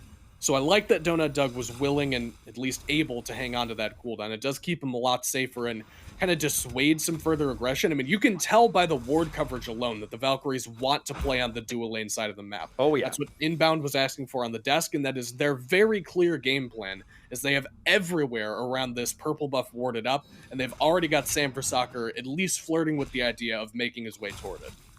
Here's Sanfasaka nearby yet again, local on the map, as is Grave, who takes up to the sky. Now Gamma goes lurking under the waters, is in range of the ult, so will take the hit. There is the pluck coming out. There's Grave dashing away, but here's the dunk down from SMITE. Gets that return kill. No, DonutDoug manages to dash into tower. ErupTCrimson also in the fight, putting some damage onto Evermed, but here comes Nayhoo from behind. Evermed doesn't manage to stay alive, but a big stun onto all three, puts SMITE in big danger. DonutDoug just about by the skin of their teeth avoids the damage from that Spirit of the Nine Winds, and there are 2 easy kills that the Valhalla Valkyries were looking for. I don't know about easy. I mean, that looked pretty well earned there from the Valkyries. They definitely got the better end of that engagement. Grave dunks down, just tries to confirm the purple buff and get on out of there, but a great pluck from Gamma puts him in a spot he doesn't want to be in, forces the beads, which means that once SMITE finally does land from the Through the Cosmos, there's no innate immunity that Grave had available to keep him alive there, and unfortunately for Evermed, he's just a victim of the crossfire, as tends to happen to these supports. Once again, the Valkyries on the better end of an early trade for what feels like the first time, because the, game 1 didn't go so hot, but absolutely kicked things up here in game number 2. Do not want to go down just 2-0 and then have to make their way on out of the tournament. And it's an optimal start, realistically, for them, because you're getting a lot of kill participation once again over to SMITE, who is a little bit behind Grave, just because Grave has spent a little bit more time farming, whereas if you heard Mifflin talk about it yesterday, he said SMITE is a very traditional jungler in the sense that he will just sit in the jungle and wait for an opportunity like this. He's not farming, he's not collecting any gold right now, but he's just waiting for an opportunity, trying to see if you make a mistake. A mistake made by Nayhoo there, but gives you a good idea of what this guy's doing and why he always seems to be in the right place at the right time. Yeah, it's the trade-off, right? You're making the conscious effort to be at a location if there is an opportunity, and maybe the Sage is smelling an opportunity on the Gamma, but no, it is just yet more aggression on this left-hand side from the Valhalla Valkyries. Now, the purple buff due to spawn relatively soon. Nayhoo wants to get involved a little bit earlier. I think if that Agni rotation came just a touch faster, it might have made all the difference. So SMITE again waiting, perched behind this wall, ready to spring the trap, but Evermed spots it out. Grave cannot lock them in. Now there's the stun down from the Thor. Does not get stunned out by the Acorn Blast. No, Gamma trying to do what they can. Again, this purple buff faces the ire of the Valhalla Valkyries. ErupTCrimson making the rotation yet again, but now it's the retreat coming out from the Valkyries. They have decided they've got what they wanted. They take the shield buff as well. They get out safely, and the Sages still can do nothing to help this duo lane. It's one of the most reliable and consistent ways to cultivate a lead in the early stages of a game of Smite, is just pick a buff and invade it every single time it goes on cooldown. It's one of the sayings in Smite that a single buff invade is not a lead, but if you invade a couple of them in a row, then it really starts to add up over time, as it looks like Crimson gonna try to put some damage on Nayhoo, gets answered back by Evermed. Decent grouping from the Valkyries, Judas, around this beacon, which doesn't at least look like the Sages want to fight with. Grave does have the ult available, but will elect not to use it. They're kind of giving up a lot here to the Valkyries, whereas game number 1, it felt like they were the ones asking the questions, forcing the objective fights, making the Valkyries interact with them. This time around, the Sages are playing much more quietly. Yeah, playing quietly and not getting that passive lead that they had in the first game. Now, the lead for the Valhalla Valkyries is actually still quite small in the gold charts, but like we mentioned earlier, it'll be the experience difference that'll really tell the tale of how this early game has gone. The solo lane's been relatively quiet, both Snaddy and Aquarius, not quite equal, but very close to that, just because of how peaceful it's been here. When you put warriors here, the junglers just go away. And I'm not too surprised to see that, but surprising Evermed with a blink pluck his Gamma, puts them right into that tornado. And ooh, Spirit of the Nine Winds flies through with nobody in its vicinity. That means that cooldown's off the mark if the Valkyries decided to take the Gold Fury instead. They cannot, so that will again just be a washed engagement. And it's a lot invested there from the Valkyries to get no return. It is an opportunity for the Sages to potentially look for something, but it's some chaotic ward coverage on the left-hand side, as Grave actually looking for something. I don't think he's in range, Judas, of anybody, and will just land near the Oracle, so quizzical would be the way that I would view that engagement, but does at least try to make an opportunity happen and didn't find one. But now that window that I thought was open by the Valkyries wasting a couple of cooldowns feels kind of like it's closed because Grave uses what realistically is their most effective engage. You're really looking at either Grave getting a good wall or an Anvil of Dawn, Snaddy with a Blink Fearless, and he's not even in these fights yet. You don't really want to use Evermed's ult to engage these fights. You can, but you'd prefer not to. Nayhoo looping around the backside. Grave is here as well. Gets a stun onto Sanfasaka. The objective goes the way of the Valkyrie. Sanfasaka gets up onto the World Tree just in the nick of time. Grave being tossed around and can do no more about it. Now Nayhoo tries to put the damage onto Gamma. Teleporting in his Grave. Will they pay the price though? Aquarius puts some damage in response. Snaddy gets a Fearless onto Aquarius. And that will just be that. The Sages get a kill in response, but yet another objective going the way of the Valkyries. The first of this game, and it's how they intend to carry on. They do use an excellent Kukulkan there to secure that, and that's what part of what makes this Kukulkan so good. First of all, it's just a lot of the good items right now. Hang on, DonutDoug in a bad spot here. Gets collapsed on, no beads available, or excuse me, no Aegis available. So even if you use the bead, still dies there. But part of what makes this Kukulkan so good right now is, yes, a lot of the good items in the meta right now just tend to have mana on them. You can see both mages going for a Book of Thoth, which is Kukulkan's favorite item because of the way that passive converts that mana into additional power. Talon Trinket, or excuse me, the Typhon's Fang, also an item that has great mana. He's going to use it on this Gold Fury. Evermed, the first on the scene. Nayhoo arrives and Snaddy teleports in. That will be the cue for the Valkyries to drop this objective. Aquarius matching the teleport over. Evermed takes a ton of damage and a fantastic body block from Gamma, but Evermed still manages to get out alive. Now Grave teleports over to Sanfasaka, who takes up into the tree. Aquarius, Tiger forms through. Here comes the Spirit of the Nine Winds. Will connect onto Snaddy, and Grave will fall down also. Finally, in an extended engagement there, the Valkyries take this first pick, and now they're looking again at this Gold Fury. And they do have ward coverage for the Athenian Sages, but I don't think anybody's going to be able to make it in this time. It's a bit of a disconnected engagement there for the Athenian Sages, where the front line was in very deep, very early. Snaddy teleports in behind the enemy team, and Evermed got back there trying to help his boy out, but there just wasn't any help coming from anybody else. Grave was pretty far away and hadn't already channeled the Anvil of Dawn, which meant that it took him some time to be able to actually find an opportunity to get involved in that fight. And it just took place so far away that Nayhoo and DonutDoug just were not capable of getting into position in time to actually throw any damage into that engagement. If you have some follow-up for what was taking place there, I'm sure that it would have been a much better situation for them. It just didn't feel like DonutDoug really got an opportunity to play in that one. Nayhoo also wasn't in that engagement. And in fact, if I'm not mistaken, Judas, I think that DonutDoug was actually in his tier 1 tower when all of that was going on. So not the best look for them. And it is another objective going the way of the Valkyries, which they've got a couple of those under their belt now. This is what happened in game number 1, where we were seeing a lot of these objectives going the way of the Sages, but the Valkyries with the adaptation here and this more aggressive playstyle, focusing around the dual lane as Bobby was calling for, playing around these purple buff invades, these gold fury spawns. I love the changes that the Valkyries have made. Yeah, the Valkyries now playing, again, more like what we would have wanted to see them do. And it is just if they can keep this up. You know, we saw in game number 1, they took decent control of the game, finally looked like they put it all together, and then it all fell apart again. I'm not quite sure what is going on, whether there's a little bit of a disconnect in the plan that the players are going for, but right now, plan working fantastically. Exactly what they wanted to happen. Built up now what is a sizable gold lead of about 4,000 gold. They're in the position where they can start throwing this weight around and look to make this game simple for themselves. There's not great objective steal potential from the Athenian Sages, so they have advantage when it comes to these fire giant engagements. They just need to put it together. But if it is that simple for the Valkyries, of just keep doing what you're doing and eventually you'll win the game, how do the Sages disrupt that? What have they been allowing that they can now maybe look to change? They've been allowing these fights to take place around the objectives, in particular, letting the Valkyries walk into them and start getting some relevant damage on them before the engagement starts. That was a weird pluck there from Evermed and Gamma, as Grave takes a ton of damage in this trade with Sanfasaka. Has to go up into the Anvil of Dawn.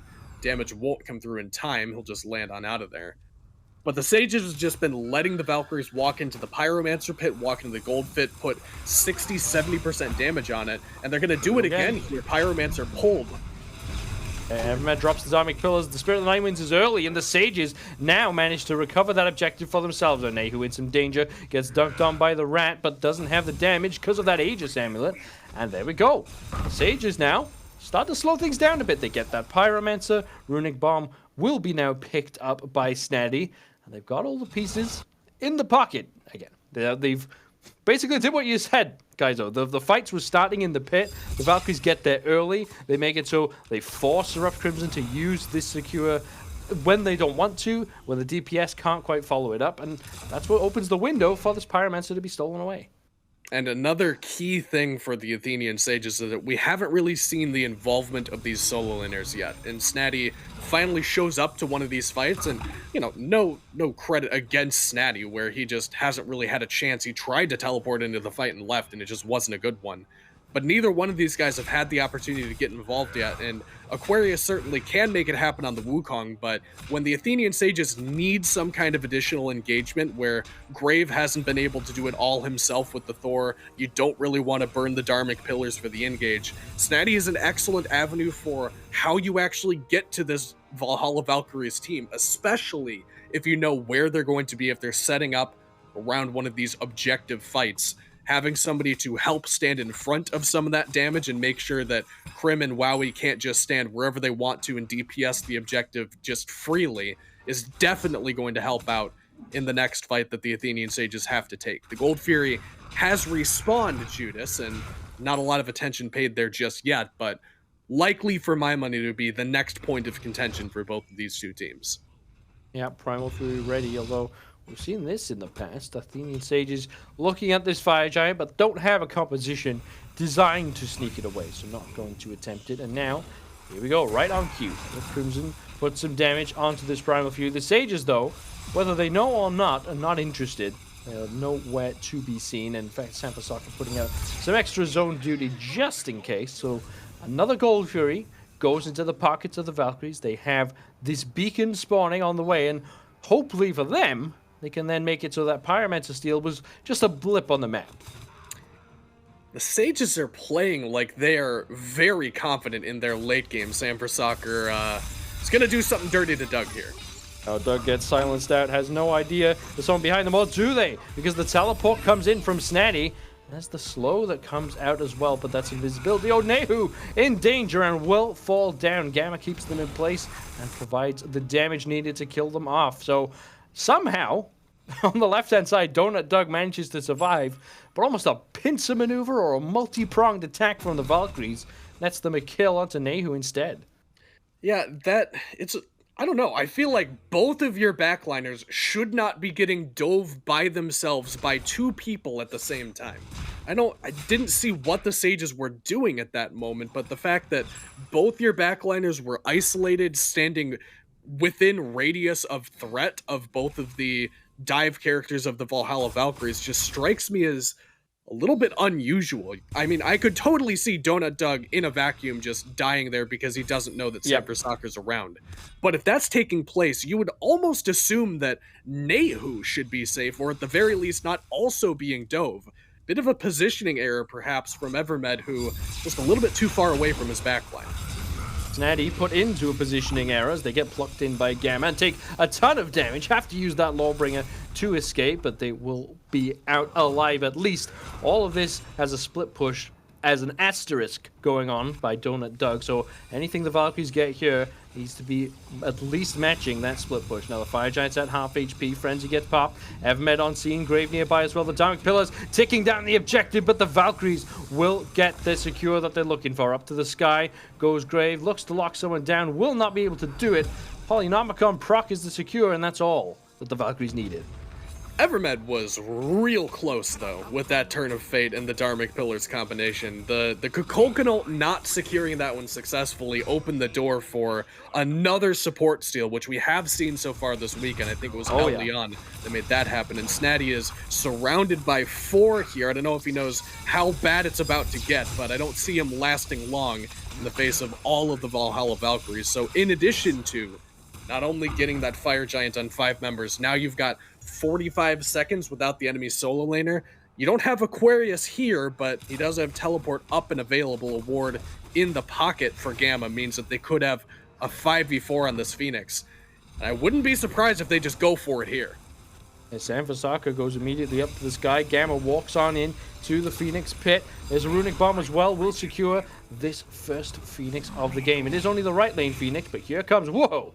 Spirit of the Nine wins, surprising Evermed. Stunned out is Gamma, still manages to get to some relative safety. And I'm not quite sure what is going on from the Sages. Like you said, seem very confident to fight in the late game, but they still seem to be playing like we're in the laning phase. We've seen already Nayhoo, DonutDoug, and now Snaddy killed off right around their tier 1 towers. And, you know, Snaddy especially, no Lawbringer available, just pushed up in that solo lane, is using Fearless the wrong direction.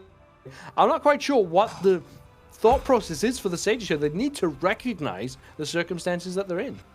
They do, and it's getting worse before it's getting better, because what was about a 4,000 gold lead is shifted to a 9,000, which, you know, alarm bells should be going off now if you're the Athenian Sages. You cannot afford to give up much more, and Gamma's already in. Gamma's in. Oh, no, wow. DonutDoug is out. But Sanfasaka goes in, as does Aquarius. Nayhoo, forced to burn the beads, gets the Path of Flames to safety. Another 4-on-5. Make this one a 4-on-6, because the Order Titan's making its way down mid.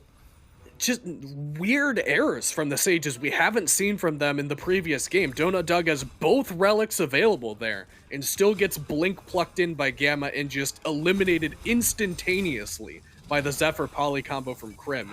And now they've got the Titan pushing up mid, Sanfasaka on the flank. This is going to be tough. Aquarius goes in, but as does Snaddy. Now the Titans already entered the Phoenix Grave. Dunking down onto Sanfasaka, who takes to the sky themselves. Nayhoo now, nowhere to go, has the Aegis. Great wall from Grave. Not enough though to stop Gamma. Sanfasaka in some danger.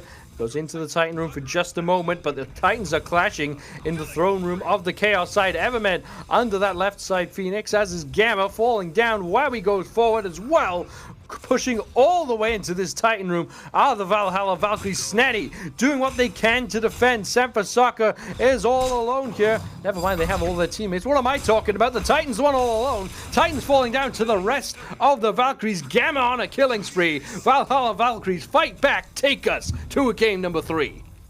That felt wrong to me, Judas. The Sages played so incredibly well in game number 1. I mean, some of the cleaner Smite that we've seen so far this weekend, where they just didn't make any mistakes, they didn't really overexert themselves in any capacity and let the game come to them.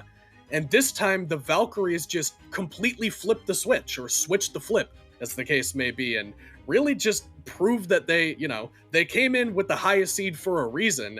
They didn't do anything wrong the entire game. There was not a single mistake you can really point to that the Valkyries did, and just unusual, uncharacteristic errors from the Sages. The combination of those two things is what really shocks me here. Well, are the Valkyries a team who can only play in game number 2? Let's find out when we get to game number 3. But first of all, we're going to take a quick break.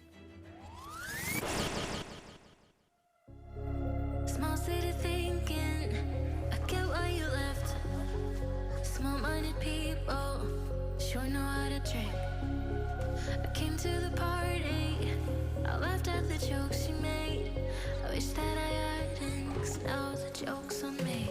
I didn't come here just so I could watch you make a mess. I didn't come here to ugly cry in my favorite dress. So what were you thinking then when you kissed your lips? Now I'm kinda glad you did. 'Cause now you adore me. Adore me. Go ahead now. Adore me. Adore me. Little did I know she wanted you alone. I thought she was over you, but I guess I was wrong. I came to the party, I laughed at the jokes she made. I wish that I hadn't, 'cause now the joke's on me. I didn't come here just so I could watch you make a mess. I didn't come here to ugly cry in my favorite dress. She thought she could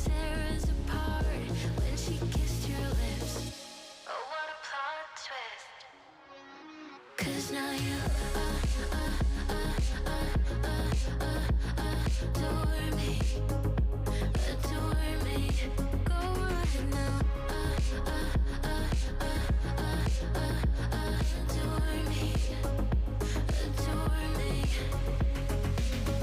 Oh, so cruel.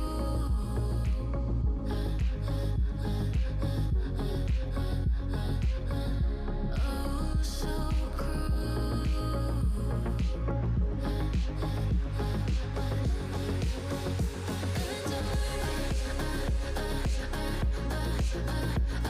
Adore me, adore me. Go right now. Adore me, adore me, adore me.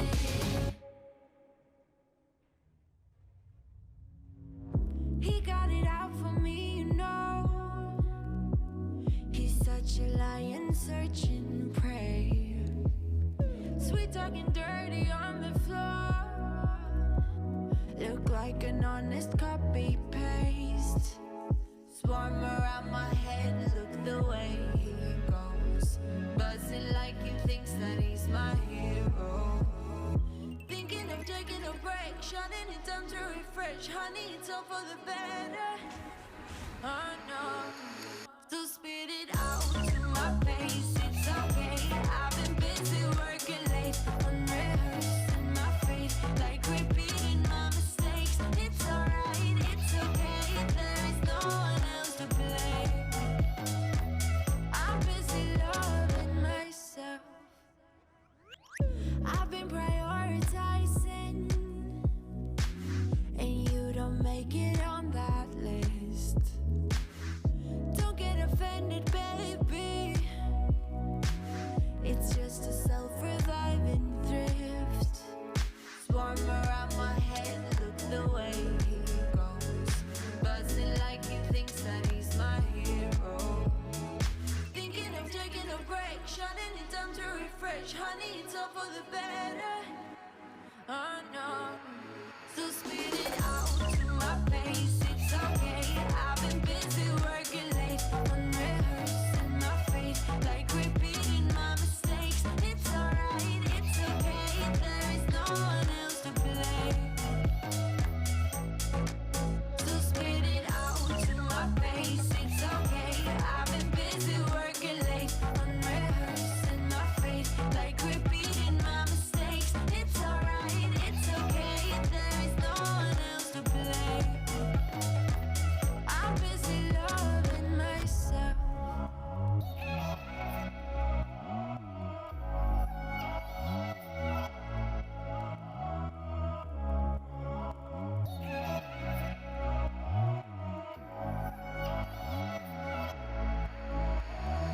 Ooh,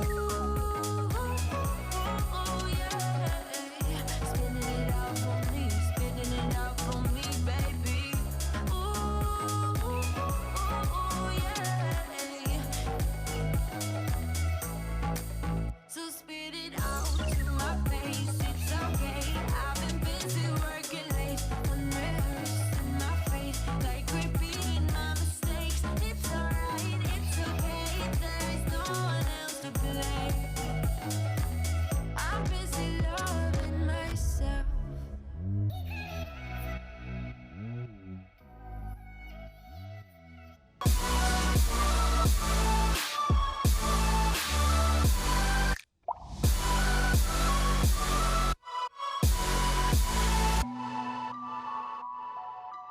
All right, well, the tie is scored here as we move into a 1-1. That is intentional, I promise. Okay. you gave me a look. I promise it was. Is 1-1. Valkyries, this time around, and you had said it in the draft, right?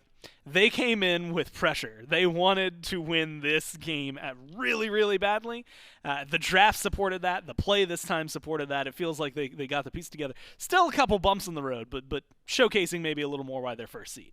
Yeah, and I think they definitely played a better game plan, and they played closer to the game plan this game than they did in previous games. But this team just doesn't feel like they're all always on the same page like you usually see with these top teams. Like, if you watch the Mambo, you can tell all 5 players are all together. You watch like the top SPL teams, everyone is kind of on the same page with what they want to do in these fights, how they want to play them.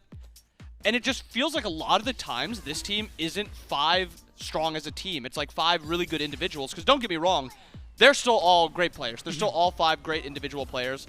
But a lot of the times it's like 2 are doing one thing and then the other 3 are doing something else. And I think if they can really take that and move on to this 3rd game with the strengths of this comp and the good fights with this comp, I think that they can sweep the rest of the tournament. But that consistency is my biggest problem so far with this team. More specifically towards this game, I liked their draft a lot more. They had a clear game plan with how they wanted to play through duo, get a lead. And I really like how they play around this Cuckoo when they have a game plan other than just let's go to objectives and let's one-shot them. Because so far, again, Crim played great, but Crim didn't need to do anything special this game compared to that first game. The first game, Crim had to be extraordinary for them to even be in that spot. This game, it was 4 really good players and a really good supporting play by Gamma that just made this game very easy. And it is interesting because, like you said, pressure right in the duo lane. You got 4 kills on both of your duo lane members. Wowy goes undying. Gamma only dies once. Plucks are there. DonutDoug doesn't have too much to say or offer. Evermed, unfortunately, doesn't have too much to say or offer. And we saw in the highlights, Crim does a great job with the kills that he gets and the setup and tornadoes, things like that, the 7 assists that come through. But a lot of it was like, all right, you hit your Zephyr or you hit your ult. You did the job. Like you did it. Like you said, kind of like supporting cast in that circumstance, but doing a great job of kind of helping them all as a team, but getting that full, coalescence, I guess, of like, what is it like? This is a bad. Never mind. That was going to be a bad analogy. We'll just move on away from that one before I get into it and jump into picks and bans. It is just going to be good for them if they can get it all together and all on the same page. And it's still going to be imperative. Now, both of these teams feeling the pressure, because last time it was just the Valkyries who are on tournament point. Now, it's the Sages as well. You lose this one and you're out. You win, you get a 1-up, you get to go to Group C and have a reset for the double elim. So the question is, for the Sages, what are you going to do about it? Well, the first option is take first pick in Game 3, and then ban Thoth, Thor, and the Sun Wukong. Other side, Athena, Poseidon, and the Kukulkan. So we're going to be seeing some mage changes. The Opwash. And the Opwash, but when we saw it, so Crim played it, and we gave him thumbs up. Thumbs up. If this goes mid for the Sages, are we still thinking thumbs up? Because it's kind of hard to do. And again, I was questioning Crim going into it if it was mid Opwash once we saw all 5 gods. So we still don't know, some flex potential, so it could be in solo lane. But if Nayhoo plays it well, I love the Opwash mid. I just have to be proven that it can be played, because we've seen mid Opwash do just nothing and just die off cooldown. And we missed that. Aphrodite actually made it through P's and B's, and it's something that kind of oh my god, and Chernobog finally. And now we finally get a Chernobog. This top 3 from the Sages is scary.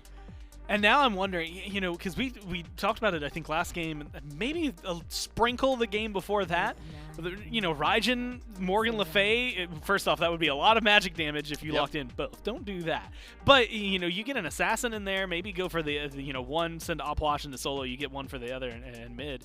There's definitely some wiggle room for the Sages here, and I'm curious how the Valkyries are going to handle it. They go back for some pressure, right? Sobek looked good. Izanami, guess what? Looked good. Rat looked good, so go right back onto it.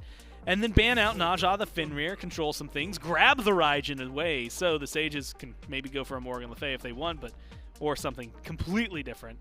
A Nike ban and a Giannis ban, which is something that would stand out. Soul, potentially a Camazotz to get locked in here for the Sages. And the Sages are doing something that we saw the Valks actually do yesterday, which is probably, at least in my opinion, put this Chernobog in mid lane, which it didn't look too great in the hands of Crim and the entire team around this Chernobog. So I'm a little worried actually about this Bog in mid. But the Valks almost going back to the exact same comp that they had, slightly less safety in solo lane and clear potential with Odin instead of that Wukong. And then in mid lane we have this Raijin instead of Cuckoo, but I like how this comp is kind of rounded out again for the Valks. I think it goes back, little shout out to that season or the game 2 draft that they had, and I think it makes their comp actually play even easier than last game because they're not reliant on this let's go to the objective and let's just one-shot it with Cuckoo. It's we have a really strong 5v5 that doesn't require a Cuckoo ult for us to win it. So it almost feels like this is an even easier time, maybe other than around objectives. We'll have to see. Can the Valkyries do it, move themselves forward? Will the Sages find an upset? The only way to find out is to go down to the casters. All right, thanks everyone. That's right, the tide is set. We are getting on in to this final third matchup. Everything is on the line for these two teams. The winner gets into that Group C, gets that extra life. The loser going straight home. They are, and Judas, I've got some concerns for the way that this game is going to go for the Athenian Sages, because the Valkyries looked phenomenal when they had a very clear executable game plan of focus pressure into the dual lane, play around the purple buff invades, abuse the enemy dual lane, and they're already doing it here in the left-hand side of the map. Evermed gets plucked in, doesn't take a ton of damage. But Evermed on this Aphrodite, first of all, I don't think I've seen Evermed play Aphrodite, but second of all, it's a pick that can get abused and is getting abused very early on, has to burn the sprint. They've got Sobek to deal with them early. They've got Odin to deal with them late. I feel like this is the Valkyries just have a much easier game plan to execute than the Athenian Sages, which sometimes in competitive Smite can be a very significant boon for you, because all the Valkyries have to do is just abuse Evermed, play around the purple buff invades, play around the shield buff contest, and then their game plan is set. That's literally all they have to do. Whereas the Sages have to live through that, get to late game, find a way to initiate with this composition, which, by the way, not easy because they don't have the most reliable crowd control. I've just got some question marks for the way this Sages team is supposed to function. Yeah, I mean, we saw the game plan from Valkyries in game number 2 was, punish the early game of the dual lane. So what do you pick into that? An Aphrodite, someone who really doesn't do well getting punished in the early game. Now, DonutDoug is on the Sol, and Sol at least is pretty relevant basically from minute 1. Now, of course, we won't be seeing this sort of very fast Bastion taken in the first 2 minutes thing. I mean, it's already passed for a start, but also doesn't have the pressure by virtue of this Izanami Sobek lane. But at least DonutDoug has relative safety, has a decent amount of damage to put out. But if Gamma continues to hit these plucks, eventually it's going to start catching up with the Sages. It is, and the purple buffs are due to spawn soon. I would have to anticipate some kind of pressure heading this way, but honestly, I'm not convinced that Gamma and Wowy are going to need a crazy amount of help. DonutDoug does put some pretty significant damage onto him. Nayhoo under some threat in mid. There's a stun, and Judas first blood once again going the way of the Valhalla Valkyries. I thought for sure the stun was down based on the fact that Nayhoo had already burned the beads, but takes an early spill there and gets this Raijin and Ratatoskr off to an early start. Yeah, the Raijin in the mid lane, not something we've seen too much of lately. Even though we've seen tons of Raijin, isn't always played in that mid lane. But normally because Raijin struggles a bit into these big burst mages when you have to stand relatively still for those taiko drums. But Nayhoo, of course, on the Chernobog, doesn't really have that. We'll certainly struggle to get in close onto this Raijin, but one thing that Raijin has always done well, even when they've not been a particularly high meta pick, is these aggressive early starts. And Chernobog, being one of the slower starters, tends to have a support with them, of course, really paid the price there. You're absolutely right. That is the main way that you play around a Raijin, is you drop insert big ability on his head when he uses taiko drums, because he is not a completely sitting duck. I mean, he can move around at least a little bit. He's got crowd control immunity. He's got crowd control in the ability. But it makes him a target. And there's not a whole lot that the Athenian Sages have to throw at that target unless Snaddy's getting involved, unless you're using a DonutDoug rotation to make sure that you've got some kind of follow-up damage for him. And getting off this Raijin to an early start can be dangerous for the Valkyries, because he's the guy who is really going to be, I don't know why I'm going back to this analogy, man, but driving the bus for the Valhalla Valkyries. Here we go again. He's the conductor. He's the train conductor. Let's say that instead. Yeah, here we go. It's close enough. And once you get him off to a lead like this, he can abuse something like a Chernobog that really doesn't want to fight. I mean, Nayhoo is pretty confident that he can just outscale in the late game. We talked a lot yesterday about how Chernobog fundamentally changes the way that a game is played if you get to the late game with him. It's going to be a tough look. Grave in some tough danger here. It's already been caught once, but does have 3 swoops away of distance. You know, Camazotz always looks to be in so much more danger than he actually is. You see that bat out of hell and you think, oh, you know, it doesn't go that far, it's quite slow. But then the swoops come out and it's like, why were we even chasing? Like, that guy is so safe. But early warning signs there for Grave. You know, Ratatoskr here from San Francisco hasn't got off to the fastest starts in these past couple of games, but now has a decent fight into Camazotz. If they're the one aggressing, it sort of comes down to who gets their abilities off first when the other one's not expecting it. So I do wonder if Grave is going to be more alert to the presence here of this Ratatoskr, who's blinking forward, actually climbs up on the tree as well. I wonder how much the Sages know about this. Here come the crypts getting emptied. Stun off the mark from Grave, but big damage because ErupTCrimson is here, gets the taunt in and has all the damage they need. Long rotation from the mid lane, but it does pay off.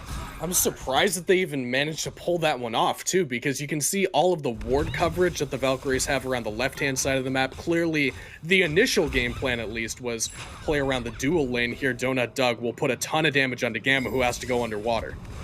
And goes underwater. Stellar burst off the mark as the Dark Portal on the Supernova comes out, but doesn't connect with enough damage. Lovebirds don't quite hit. And there's the Sickening Strike to heal up this Crocodile. Manages to walk away. Wowy out of mana, but does not care. They have the distance they need, and nothing managed to be picked up in response by the Sages. But it's just surprising that the Valkyries managed to make it to right lane in time to defend that buff. I was about to say that if you're the Sages and you know that the pressure's coming for the dual lane, it makes a lot of sense to try to dump resources into Snaddy's lane, play around getting Aquarius behind, which looks like they're going to go for here. Graves back over again. Grave is in, but Aquarius is in tower range. No mana, of course, on the Odin, because that blue buff being down. Oh, San Francisco takes a ton of damage from DonutDoug, who wants to do it all by themselves. Looking to dive the tower, gets one shot, but it isn't enough. Has to use the beads early, just to make sure they don't get plucked. Evermed does get plucked over, and now has to try to get to safety. Wowy, no mana still to speak of. I don't think they've returned to base since we last checked in over here. So again, this Izanami not able to have the impact he would have liked. Good body blocks there from Evermed, keep his ADC alive, who did use the beads preemptively, assuming a Sobek pluck was coming his direction and wouldn't have time to react to it, couldn't get slowed at all. Gamma held onto the cooldown and unfortunately just couldn't hit the mark onto DonutDoug after the fact due to the play from Evermed there. The Valkyries are spreading out the love a little bit here, putting some pressure onto the left lane, putting some pressure onto the right lane. The fact that Aquarius lives there when Grave rotates over and Aqua has no mana is kind of huge for the Valkyries, because that can be a point of contention for the Sages. You know that the Valkyries want to do the same game plan as last time, so over here in the right lane could be a place to look, and Snaddy is the one getting rotated on. Crimson is here yet again, has those taiko drums, has all the damage they need, and that is what Raijin can do. I feel like we should have been seeing more of this pick, because, you know, Nayhoo just can't keep up. Has done decently well in the farm game, but when ErupTCrimson is sitting here on 3 kills, 8 minutes into this game, this Raijin already proving to be a major problem. You ever see those sports clips where it's like there's a trick play that is so good that it tricks out not only the players on the field, but also the cameraman? Might have to come back to that in a moment. Sam Soccer, Living Nightmare on top of him, does go in from Nayhoo. Yeah, ErupTCrimson, no taiko drums, of course, but San Francisco does have the Through the Cosmos and use it immediately. Oh my goodness! Onto Grave and blows up the health bar. There's the blink pluck from Gamma. Does get the beads only from Nayhoo, but Athenian Sages finally look to get aggressive on the mid lane and get duly punished. They do get punished, and it's 4-0 so far in favor of the Valkyries. But here's the thing, Judas. The Sages are somehow ahead in farm. I'm frankly not entirely sure how it's happening. I guess it has to just be Nayhoo that is keeping up. No, it's actually ErupTCrimson that's the top of the charts. So your guess is as good as mine. I'm not going to sit here and do all the math, but point being, despite all of the pressure from the Valhalla Valkyries, it's the Sages that are somehow managing to keep up, which is a good sign for the Sages, because when they won game number 1, it wasn't off the back of these overwhelming team fights. They weren't picking people left and right. It was just farming better than the Valhalla Valkyries. So the fact that even though things might look on the surface like it's not going too great, like the Valhalla Valkyries are getting the better end of a lot of these engagements, which they are, it's still kind of okay for the Sages. Like, they are still farming good enough to keep pace with the Valkyries despite the fact that they're behind. That's all they need to do for the Sages. If they can get Nayhoo, DonutDoug, Evermed, all of these late game scaling characters to that full build level 20 mark without falling too crazy behind, it is still a win for the Sages. So I love the fact that despite the fact that the pressure has been near overwhelming for the Valhalla Valkyries, the Sages are still keeping up in farm and actually threatening to outpace if the Valkyries can't net another kill. Yeah, I've been studying this net worth chart really intently, trying to find the gaps. It looks like it should be Snaddy on this Arpwash with a bigger gap. Now, it's somewhat come down to about 600 gold, but that comes from Aquarius actually finally getting onto his own blue buff, I believe. That's where the lead has somewhat developed from, and that's why we are seeing the Valhalla Valkyries retake the gold lead. But my eyes are looking at this Camazotz right now. Grave really struggling on the farm charts, and that's exactly what Camazotz doesn't want to do. No jungler likes playing from behind, but Camazotz maybe more so than most. Hold this for a second. I was just wondering what's going on over here, but nothing too much. But still, Grave struggling for farm. So I want to go back to what I was saying because I was pretty proud of this analogy. So if you ever see like one of those sports clips where it's like they make a trick play and it's so good that it doesn't only fool the players, it also like fools the cameraman and he doesn't know where it's at. I feel like that's what the Valkyries are doing here to me, where their game plan, game number 2, worked for them to play around dual lane. They drafted to play around dual lane. They warded to play around dual lane. And yet the Valkyries have made something of a habit of not only playing for these green buff invades, but also rotating to solo lane, shutting down the counterplay from the Athenian Sages, and making them a little bit off balance. Yeah, and right now, better to help. Forced out from Grave. Manages to get away to safety, though, and Sanfasok is still looking at this blue buff invade. Now Aquarius looking to take their revenge at the enemy blue buff and push on up. We'll have to see if that continues on that way. But like you said, Kaizo, it seemed like all of the presence was from the Valkyries 2-player on this duo side. But what do you think has convinced them to instead play more through this mid and solo side? I think that they're just recognizing the potential for counterplay from the Athenian Sages, because they were trying to force something on the right-hand side of the map. There was that invade from Snaddy and Grave over there that did get stuffed out pretty effectively by ErupTCrimson, but they probably just recognized the fact that if they channel all of their resources into trying to shut down DonutDoug, trying to abuse Evermed, then the rest of the map is just going to have cracks in it. And some farms, some level experience, whatever you want to call it, might end up falling through some of those cracks. And obviously, they're pretty content with the way that Wowy played game number 1, despite the fact that he has something of a losing matchup in the 1v1. They think that he's going to be all right over there. Evermed does get plucked back in, but not a whole lot of people to punish him for it. And the Valkyries clearly just think that they don't need to put a whole lot of pressure onto Evermed. It could be that they're just satisfied with the fact that late game, they'll have an Odin to deal with them.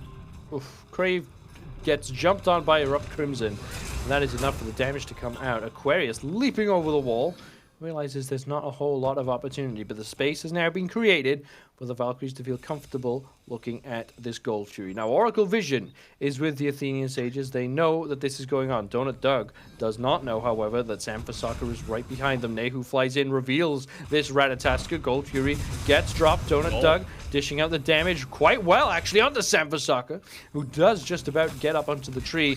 Let's not forget about this Ratatoskr, though. Still a threat. Now, Grave looping around, finds absolutely everyone, but finds the CC, and the damage from everyone, too. Now, they do manage to sweep down Sanfasok. Evermed might be in some trouble. There's the Raijin coming through, but there is the Undying Love as well. Aquarius leaps forward, gets the cage onto Evermed, but falls down for it. A rat cornered. Is a rat able to fight back? And now the Athenian Sages try to turn it even further, but ErupTCrimson still churning out the damage consistently. But now the Gold Fury gets pulled by the Sages. Prim is still here while we also linger around. It would have to be a steal attempt, but it's too late from the Valhalla Valkyries. So the Athenian Sages, with their first team fight win there, put themselves comfortably in the lead, even despite being at a kill disparity. 3,000 gold down 2 kills is a little bit insane.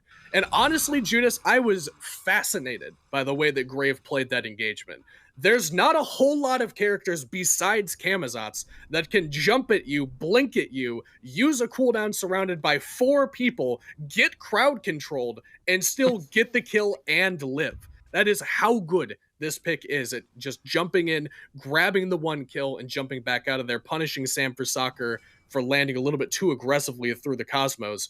If he fully disengages there with all 3 jumps, there's no way that Grave can possibly get into range. But he greeds a little bit of farm there, landing instead on top of the shield buff, helping make sure that one goes away. And a good heads-up play there from Grave. And once again, the Athenian Sages just looking comfortable in a situation where it really doesn't feel like they should be. I mean, the Odin cage came out. They weren't bothered by that. They broke it pretty quickly. They're playing an excellent job around these objectives, and now they're grouped up around this Pyromancer. Attention turns to the Valhalla Valkyries, who have all of their eggs in this ErupTCrimson basket. The pressure is on this mid laner. If Valhalla Valkyries lose this game, of course, that is their season done. A season that could have looked so differently. They could have been part of the SPL several months ago. It looked like they might be.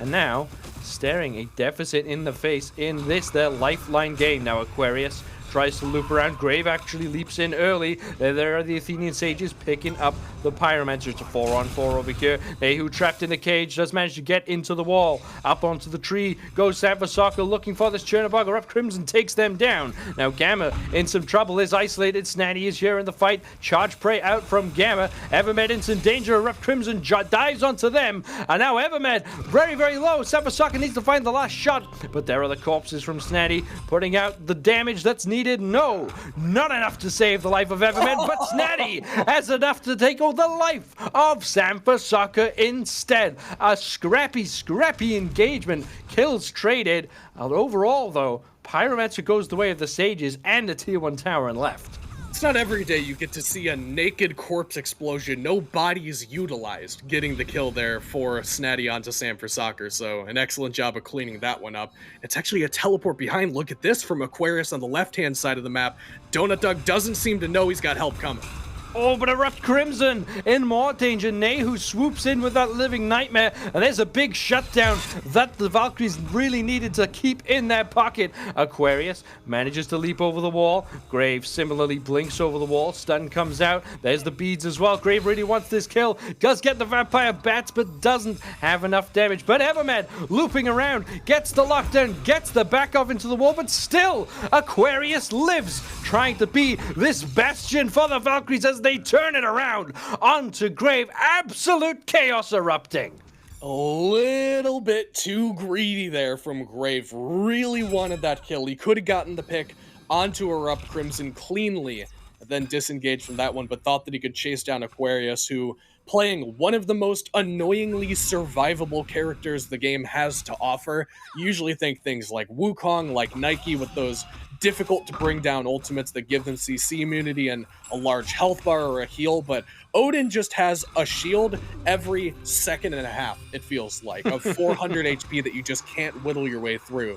So Grave invests just about everything, actually literally everything, trying to get that kill, and Aquarius manages to squeak his way out and make his way over to the team. So what could have been a great opportunity from the Sages, instead an okay one, I suppose, as they do still get the beacon, do still get the shutdown kill, as you mentioned, onto Crim, who was the standout player and perhaps continues to be for the Valkyries in game number 1 and 2. Now going here into game number 3, who takes his first spill pretty early on here in the grand scheme of things. The Athenian Sages, Judas, thinking about doing a Gold Fury, but the Valkyries are nearby. Another fight is brewing, that is for certain. The Valhalla Valkyries posturing in response to the Athenian Sages also posturing around this Gold Fury. We've seen a few Fire Giants taken at this point in the game, but instead, both these two teams recognizing the situation they're in, putting the focus instead onto this Gold Fury. We still have quite a lot of towers actually still standing. Just the 2 tier 2s fallen on the side of the Valhalla Valkyries, with just a mid-tier 1 fallen. Sorry, tier 1s fallen on the Valhalla Valkyrie side, and only the 1 tier 1 for the Athenian Sages. It does mean that this game has been played at a relatively slower pace macro-wise, but now Final Fury gets pulled. DonutDoug recognizes the danger behind them because Nayhoo has that living nightmare. Goes for the root combination, doesn't find it just yet. Nayhoo now might find themselves getting turned around on, but up into the sky goes Sanfasaka, stuns out DonutDoug. No, but Nayhoo, nowhere to go. There's a cage as well to lock in this Sol. Phantom Shell comes out. Snaddy looping around the backside, gets a detonation on the Gamma. Not quite enough damage just yet. There's the shield being ticked up yet again from Aquarius, but does get whittled down. Now Grave finds their way onto the backside. ErupTCrimson finds the damage over the wall in response. Everyone trying to retreat with what they've got, but never mind. Gamma wants back in and will pluck Evermed into danger. There is the Raijin over the wall. ErupTCrimson yet again popping up, and Sanfasaka takes down Grave in response. The 4-man push forward from the Valkyries. Wowy gets sent right back, and Snaddy doesn't want to give it up. Wants to continue giving chase. Cannot close the distance. Tries to put out some more corpses. This Puch still a threat. Neutralize the threat. Does Gamma. The Valkyries take down 3. Crimson continues to impress, not only on this Raijin, but everything he's played so far today. It is his taiko drums over the wall that prevents that fight from going catastrophically for the Athenian Sages to begin with. He uses it as sort of a deterrent to make sure that nobody wants to step further forward and chase down after getting that initial pick off onto Aquarius, and then jumps over the wall at an opportune moment, pumping out just so incredibly much damage onto the Athenian Sages, making sure that nobody is comfortable stepping forward. And Nayhoo is sick of him already, uses the Living Nightmare, trying to get the 1v1. Beads expended there from ErupTCrimson to keep himself safe, understanding how valuable his life is in the grand scheme of things. And the Valhalla Valkyries, after one good fight, managed to cut the lead more than in half, Judas, and get themselves back into a pretty comfortable position against this Athenian Sages team. It really feels like a do or die moment, right? Both these teams know exactly what's at stake. Like I said, it is the end of your season if you don't win this game. Both of these teams would have been looking to, at the very least, make it to the late stages of these qualifiers. And Valhalla Valkyries, I mentioned earlier, a lot of people tip this team to not only make the qualifiers, but also possibly make Worlds. And again, finding themselves at this death's door and don't seem to be, you know, out of place. You know, they are in this spot because this is how the way they have played has earned them to right here. But we're at this moment. The Valhalla Valkyries know it. They're about 2,000 gold down. Fire Giant, the only objective on the map, and they know they need to be the ones to get aggressive onto it. And Snaddy in some danger. There's the pluck. There's the beads, but there is a fantastic cage as well. Empties the crypts to the Snaddy. This Puch likes to fight back, but can fight back no longer. Aquarius will slash them down with Gungnir, and now advantage Valkyries. And that has been a weak point for the Athenian Sages, getting caught off guard and outnumbered by the Valhalla Valkyries. Snaddy falling there, burning the beads as well is pretty critical. Grave should take a pretty decent chunk of damage. You need to back up here quite a bit. Crim is doing so much, man, with this build. And the Valkyries are trying to inch their way forward by as much space as possible. Aquarius actually split pushing the left lane.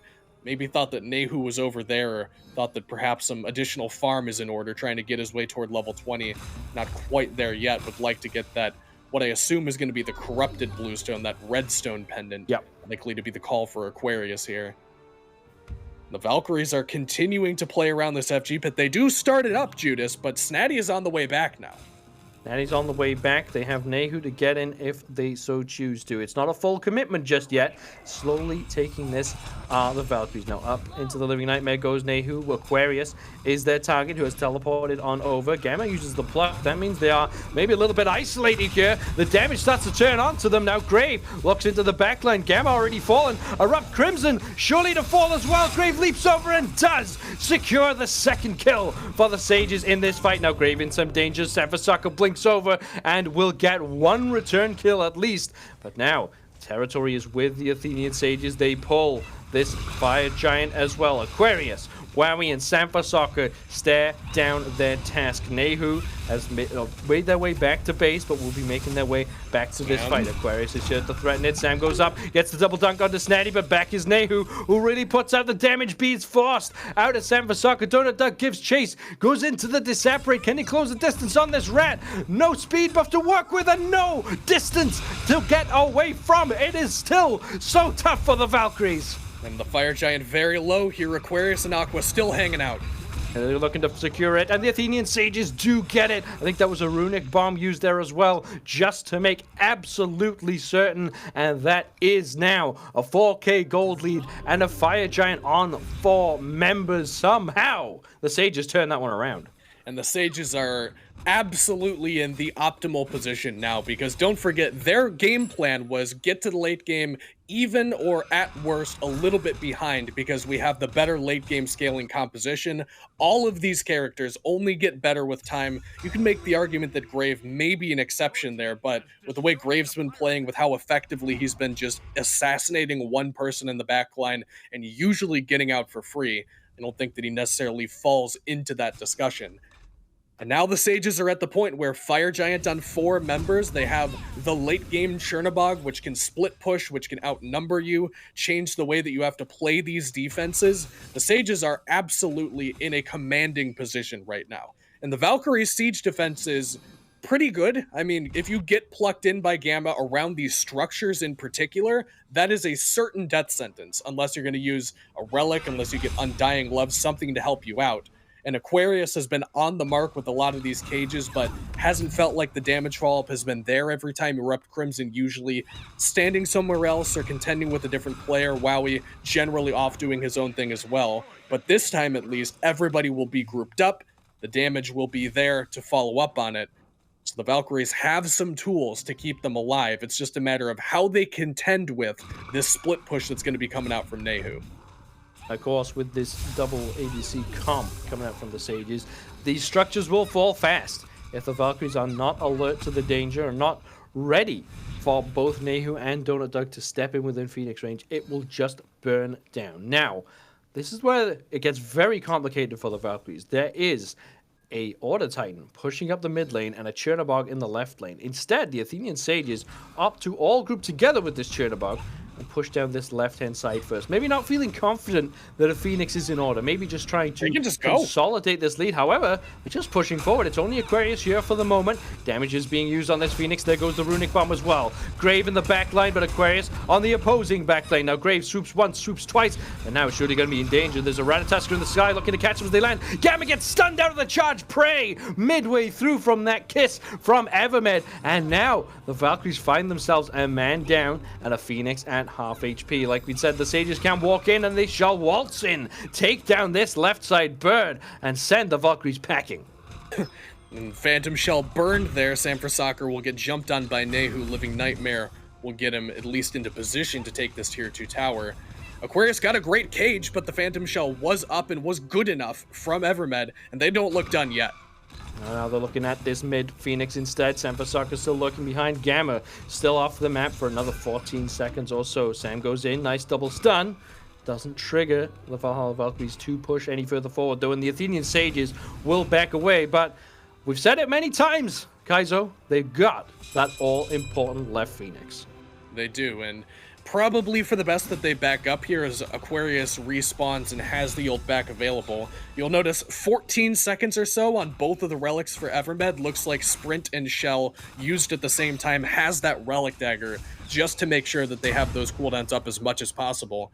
And that's probably a pretty darn good way to get out of the Odin cage. I mean, you are trapped in there with pretty much everybody on the team. Grave can jump out, and Nayhoo can technically at least hide in one of the walls, but everybody else technically trapped inside of that cage. And if you get a health shield, you can walk through the walls and you can sprint away, and it's the entangling vines as well, which means that he can root everybody nearby. You've got an Puch ult for disengage. That means that Aquarius's ult, which is supposed to be the go button for the Valhalla Valkyries, where you say, you know, I've used Odin cage, everybody drop damage here, let's move our way forward. It's not exactly the best avenue into a fight for the Valhalla Valkyries, just because of all of the utility that the Athenian Sages have to deal with it.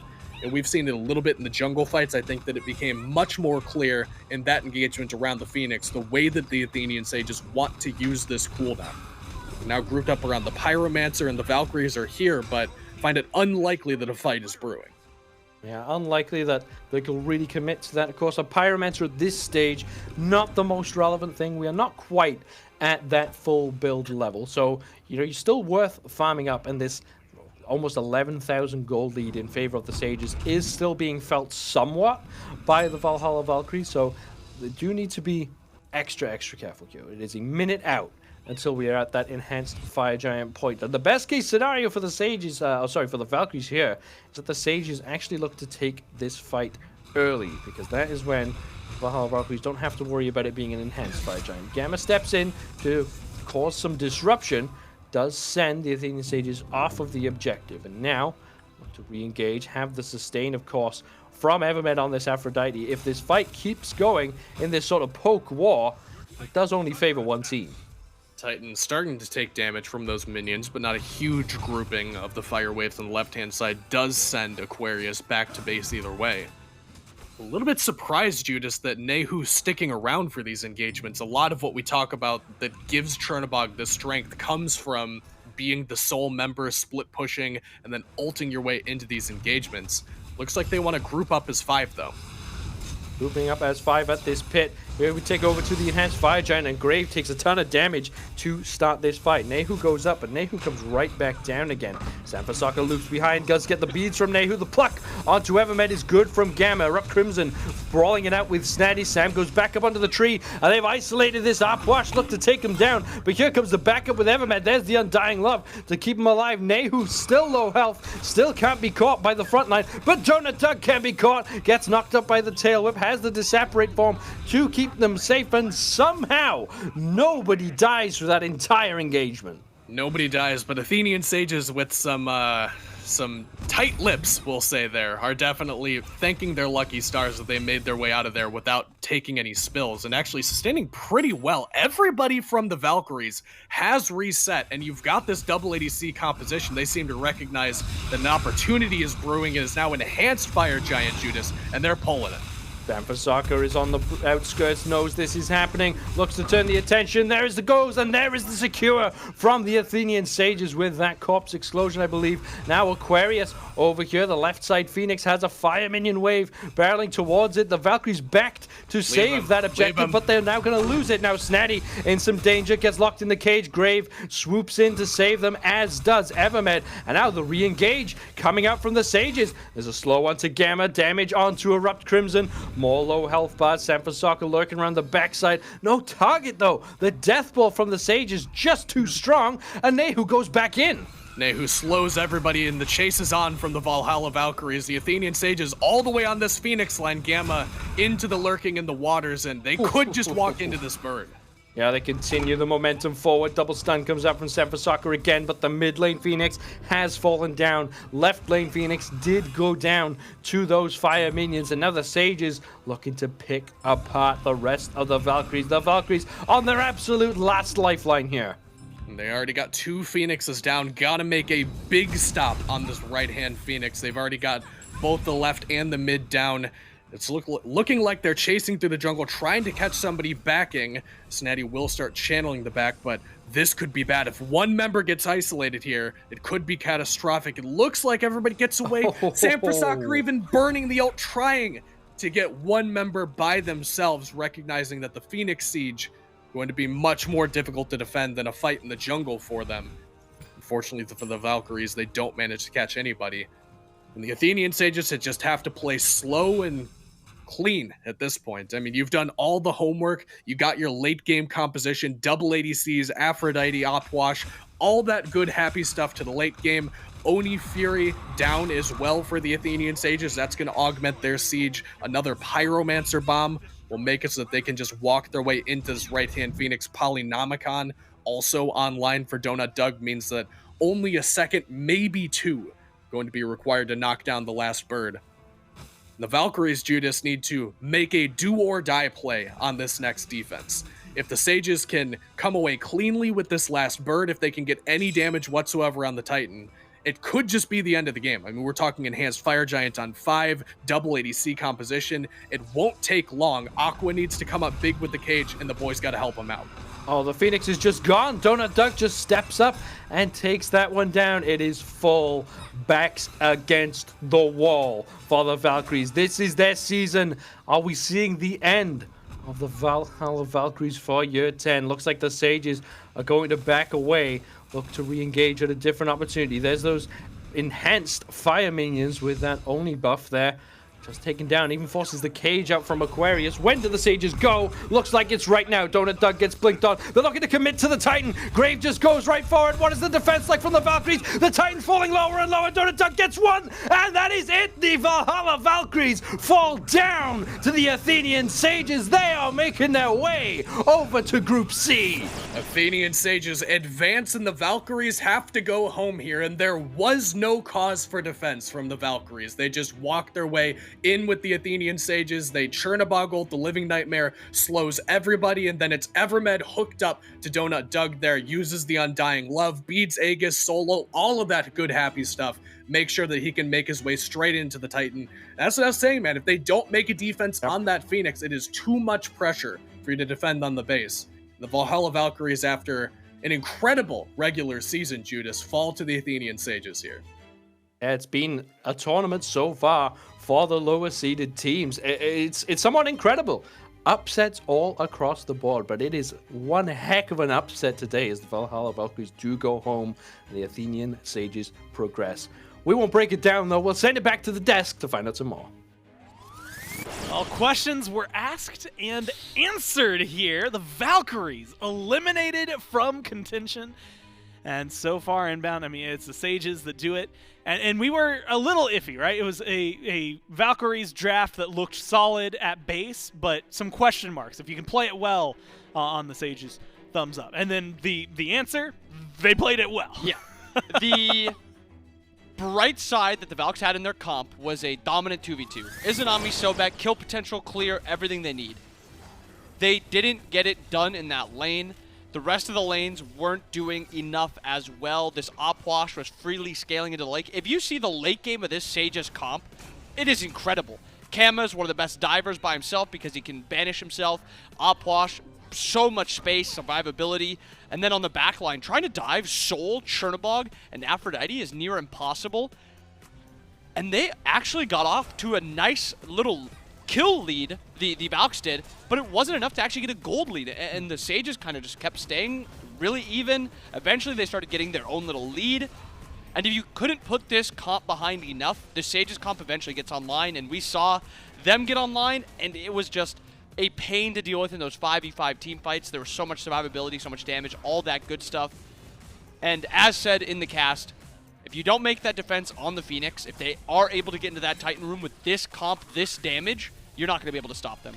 And really, you know, to highlight what you had mentioned, because the Valks, you know, they looked great. They got out, like you said, to a pretty massive amount of kills super early on. We saw the 12, but it transitioned into only 13 by the very end, right? They only got like one more over the course of it. In reality, you know, especially when it doesn't come to that gold lead, it showcases, you know, Sages, yeah, maybe you're not winning every single one of these like early/mid-game skirmishes, but you're getting the stuff that matters, and you're getting the lead through those. So really being able to play the map strong, just look good, and then by, like you said, the end, come online and be able to knock it out of the park, especially when you're doing some odd, you know, let's say 30,000 damage for DonutDoug and just about 30,000 damage for Snaddy. Yep. You know, you've got two really heavy hitters on your team. I like the idea, you know, especially with the Odin on the other side. It just didn't seem like as the game progressed, they were able to continually execute what the Valkyries had wanted to do. Yeah, I think the Odin, in theory, makes sense into the comp that he was playing against and the comp that he had with him. But you compare it to the Wukong, what the Wukong is able to do, the dive potential, the survivability, just like the threat in the backline. Odin can't replicate that, and I think that was pretty obvious when he got to those 5v5 team fights.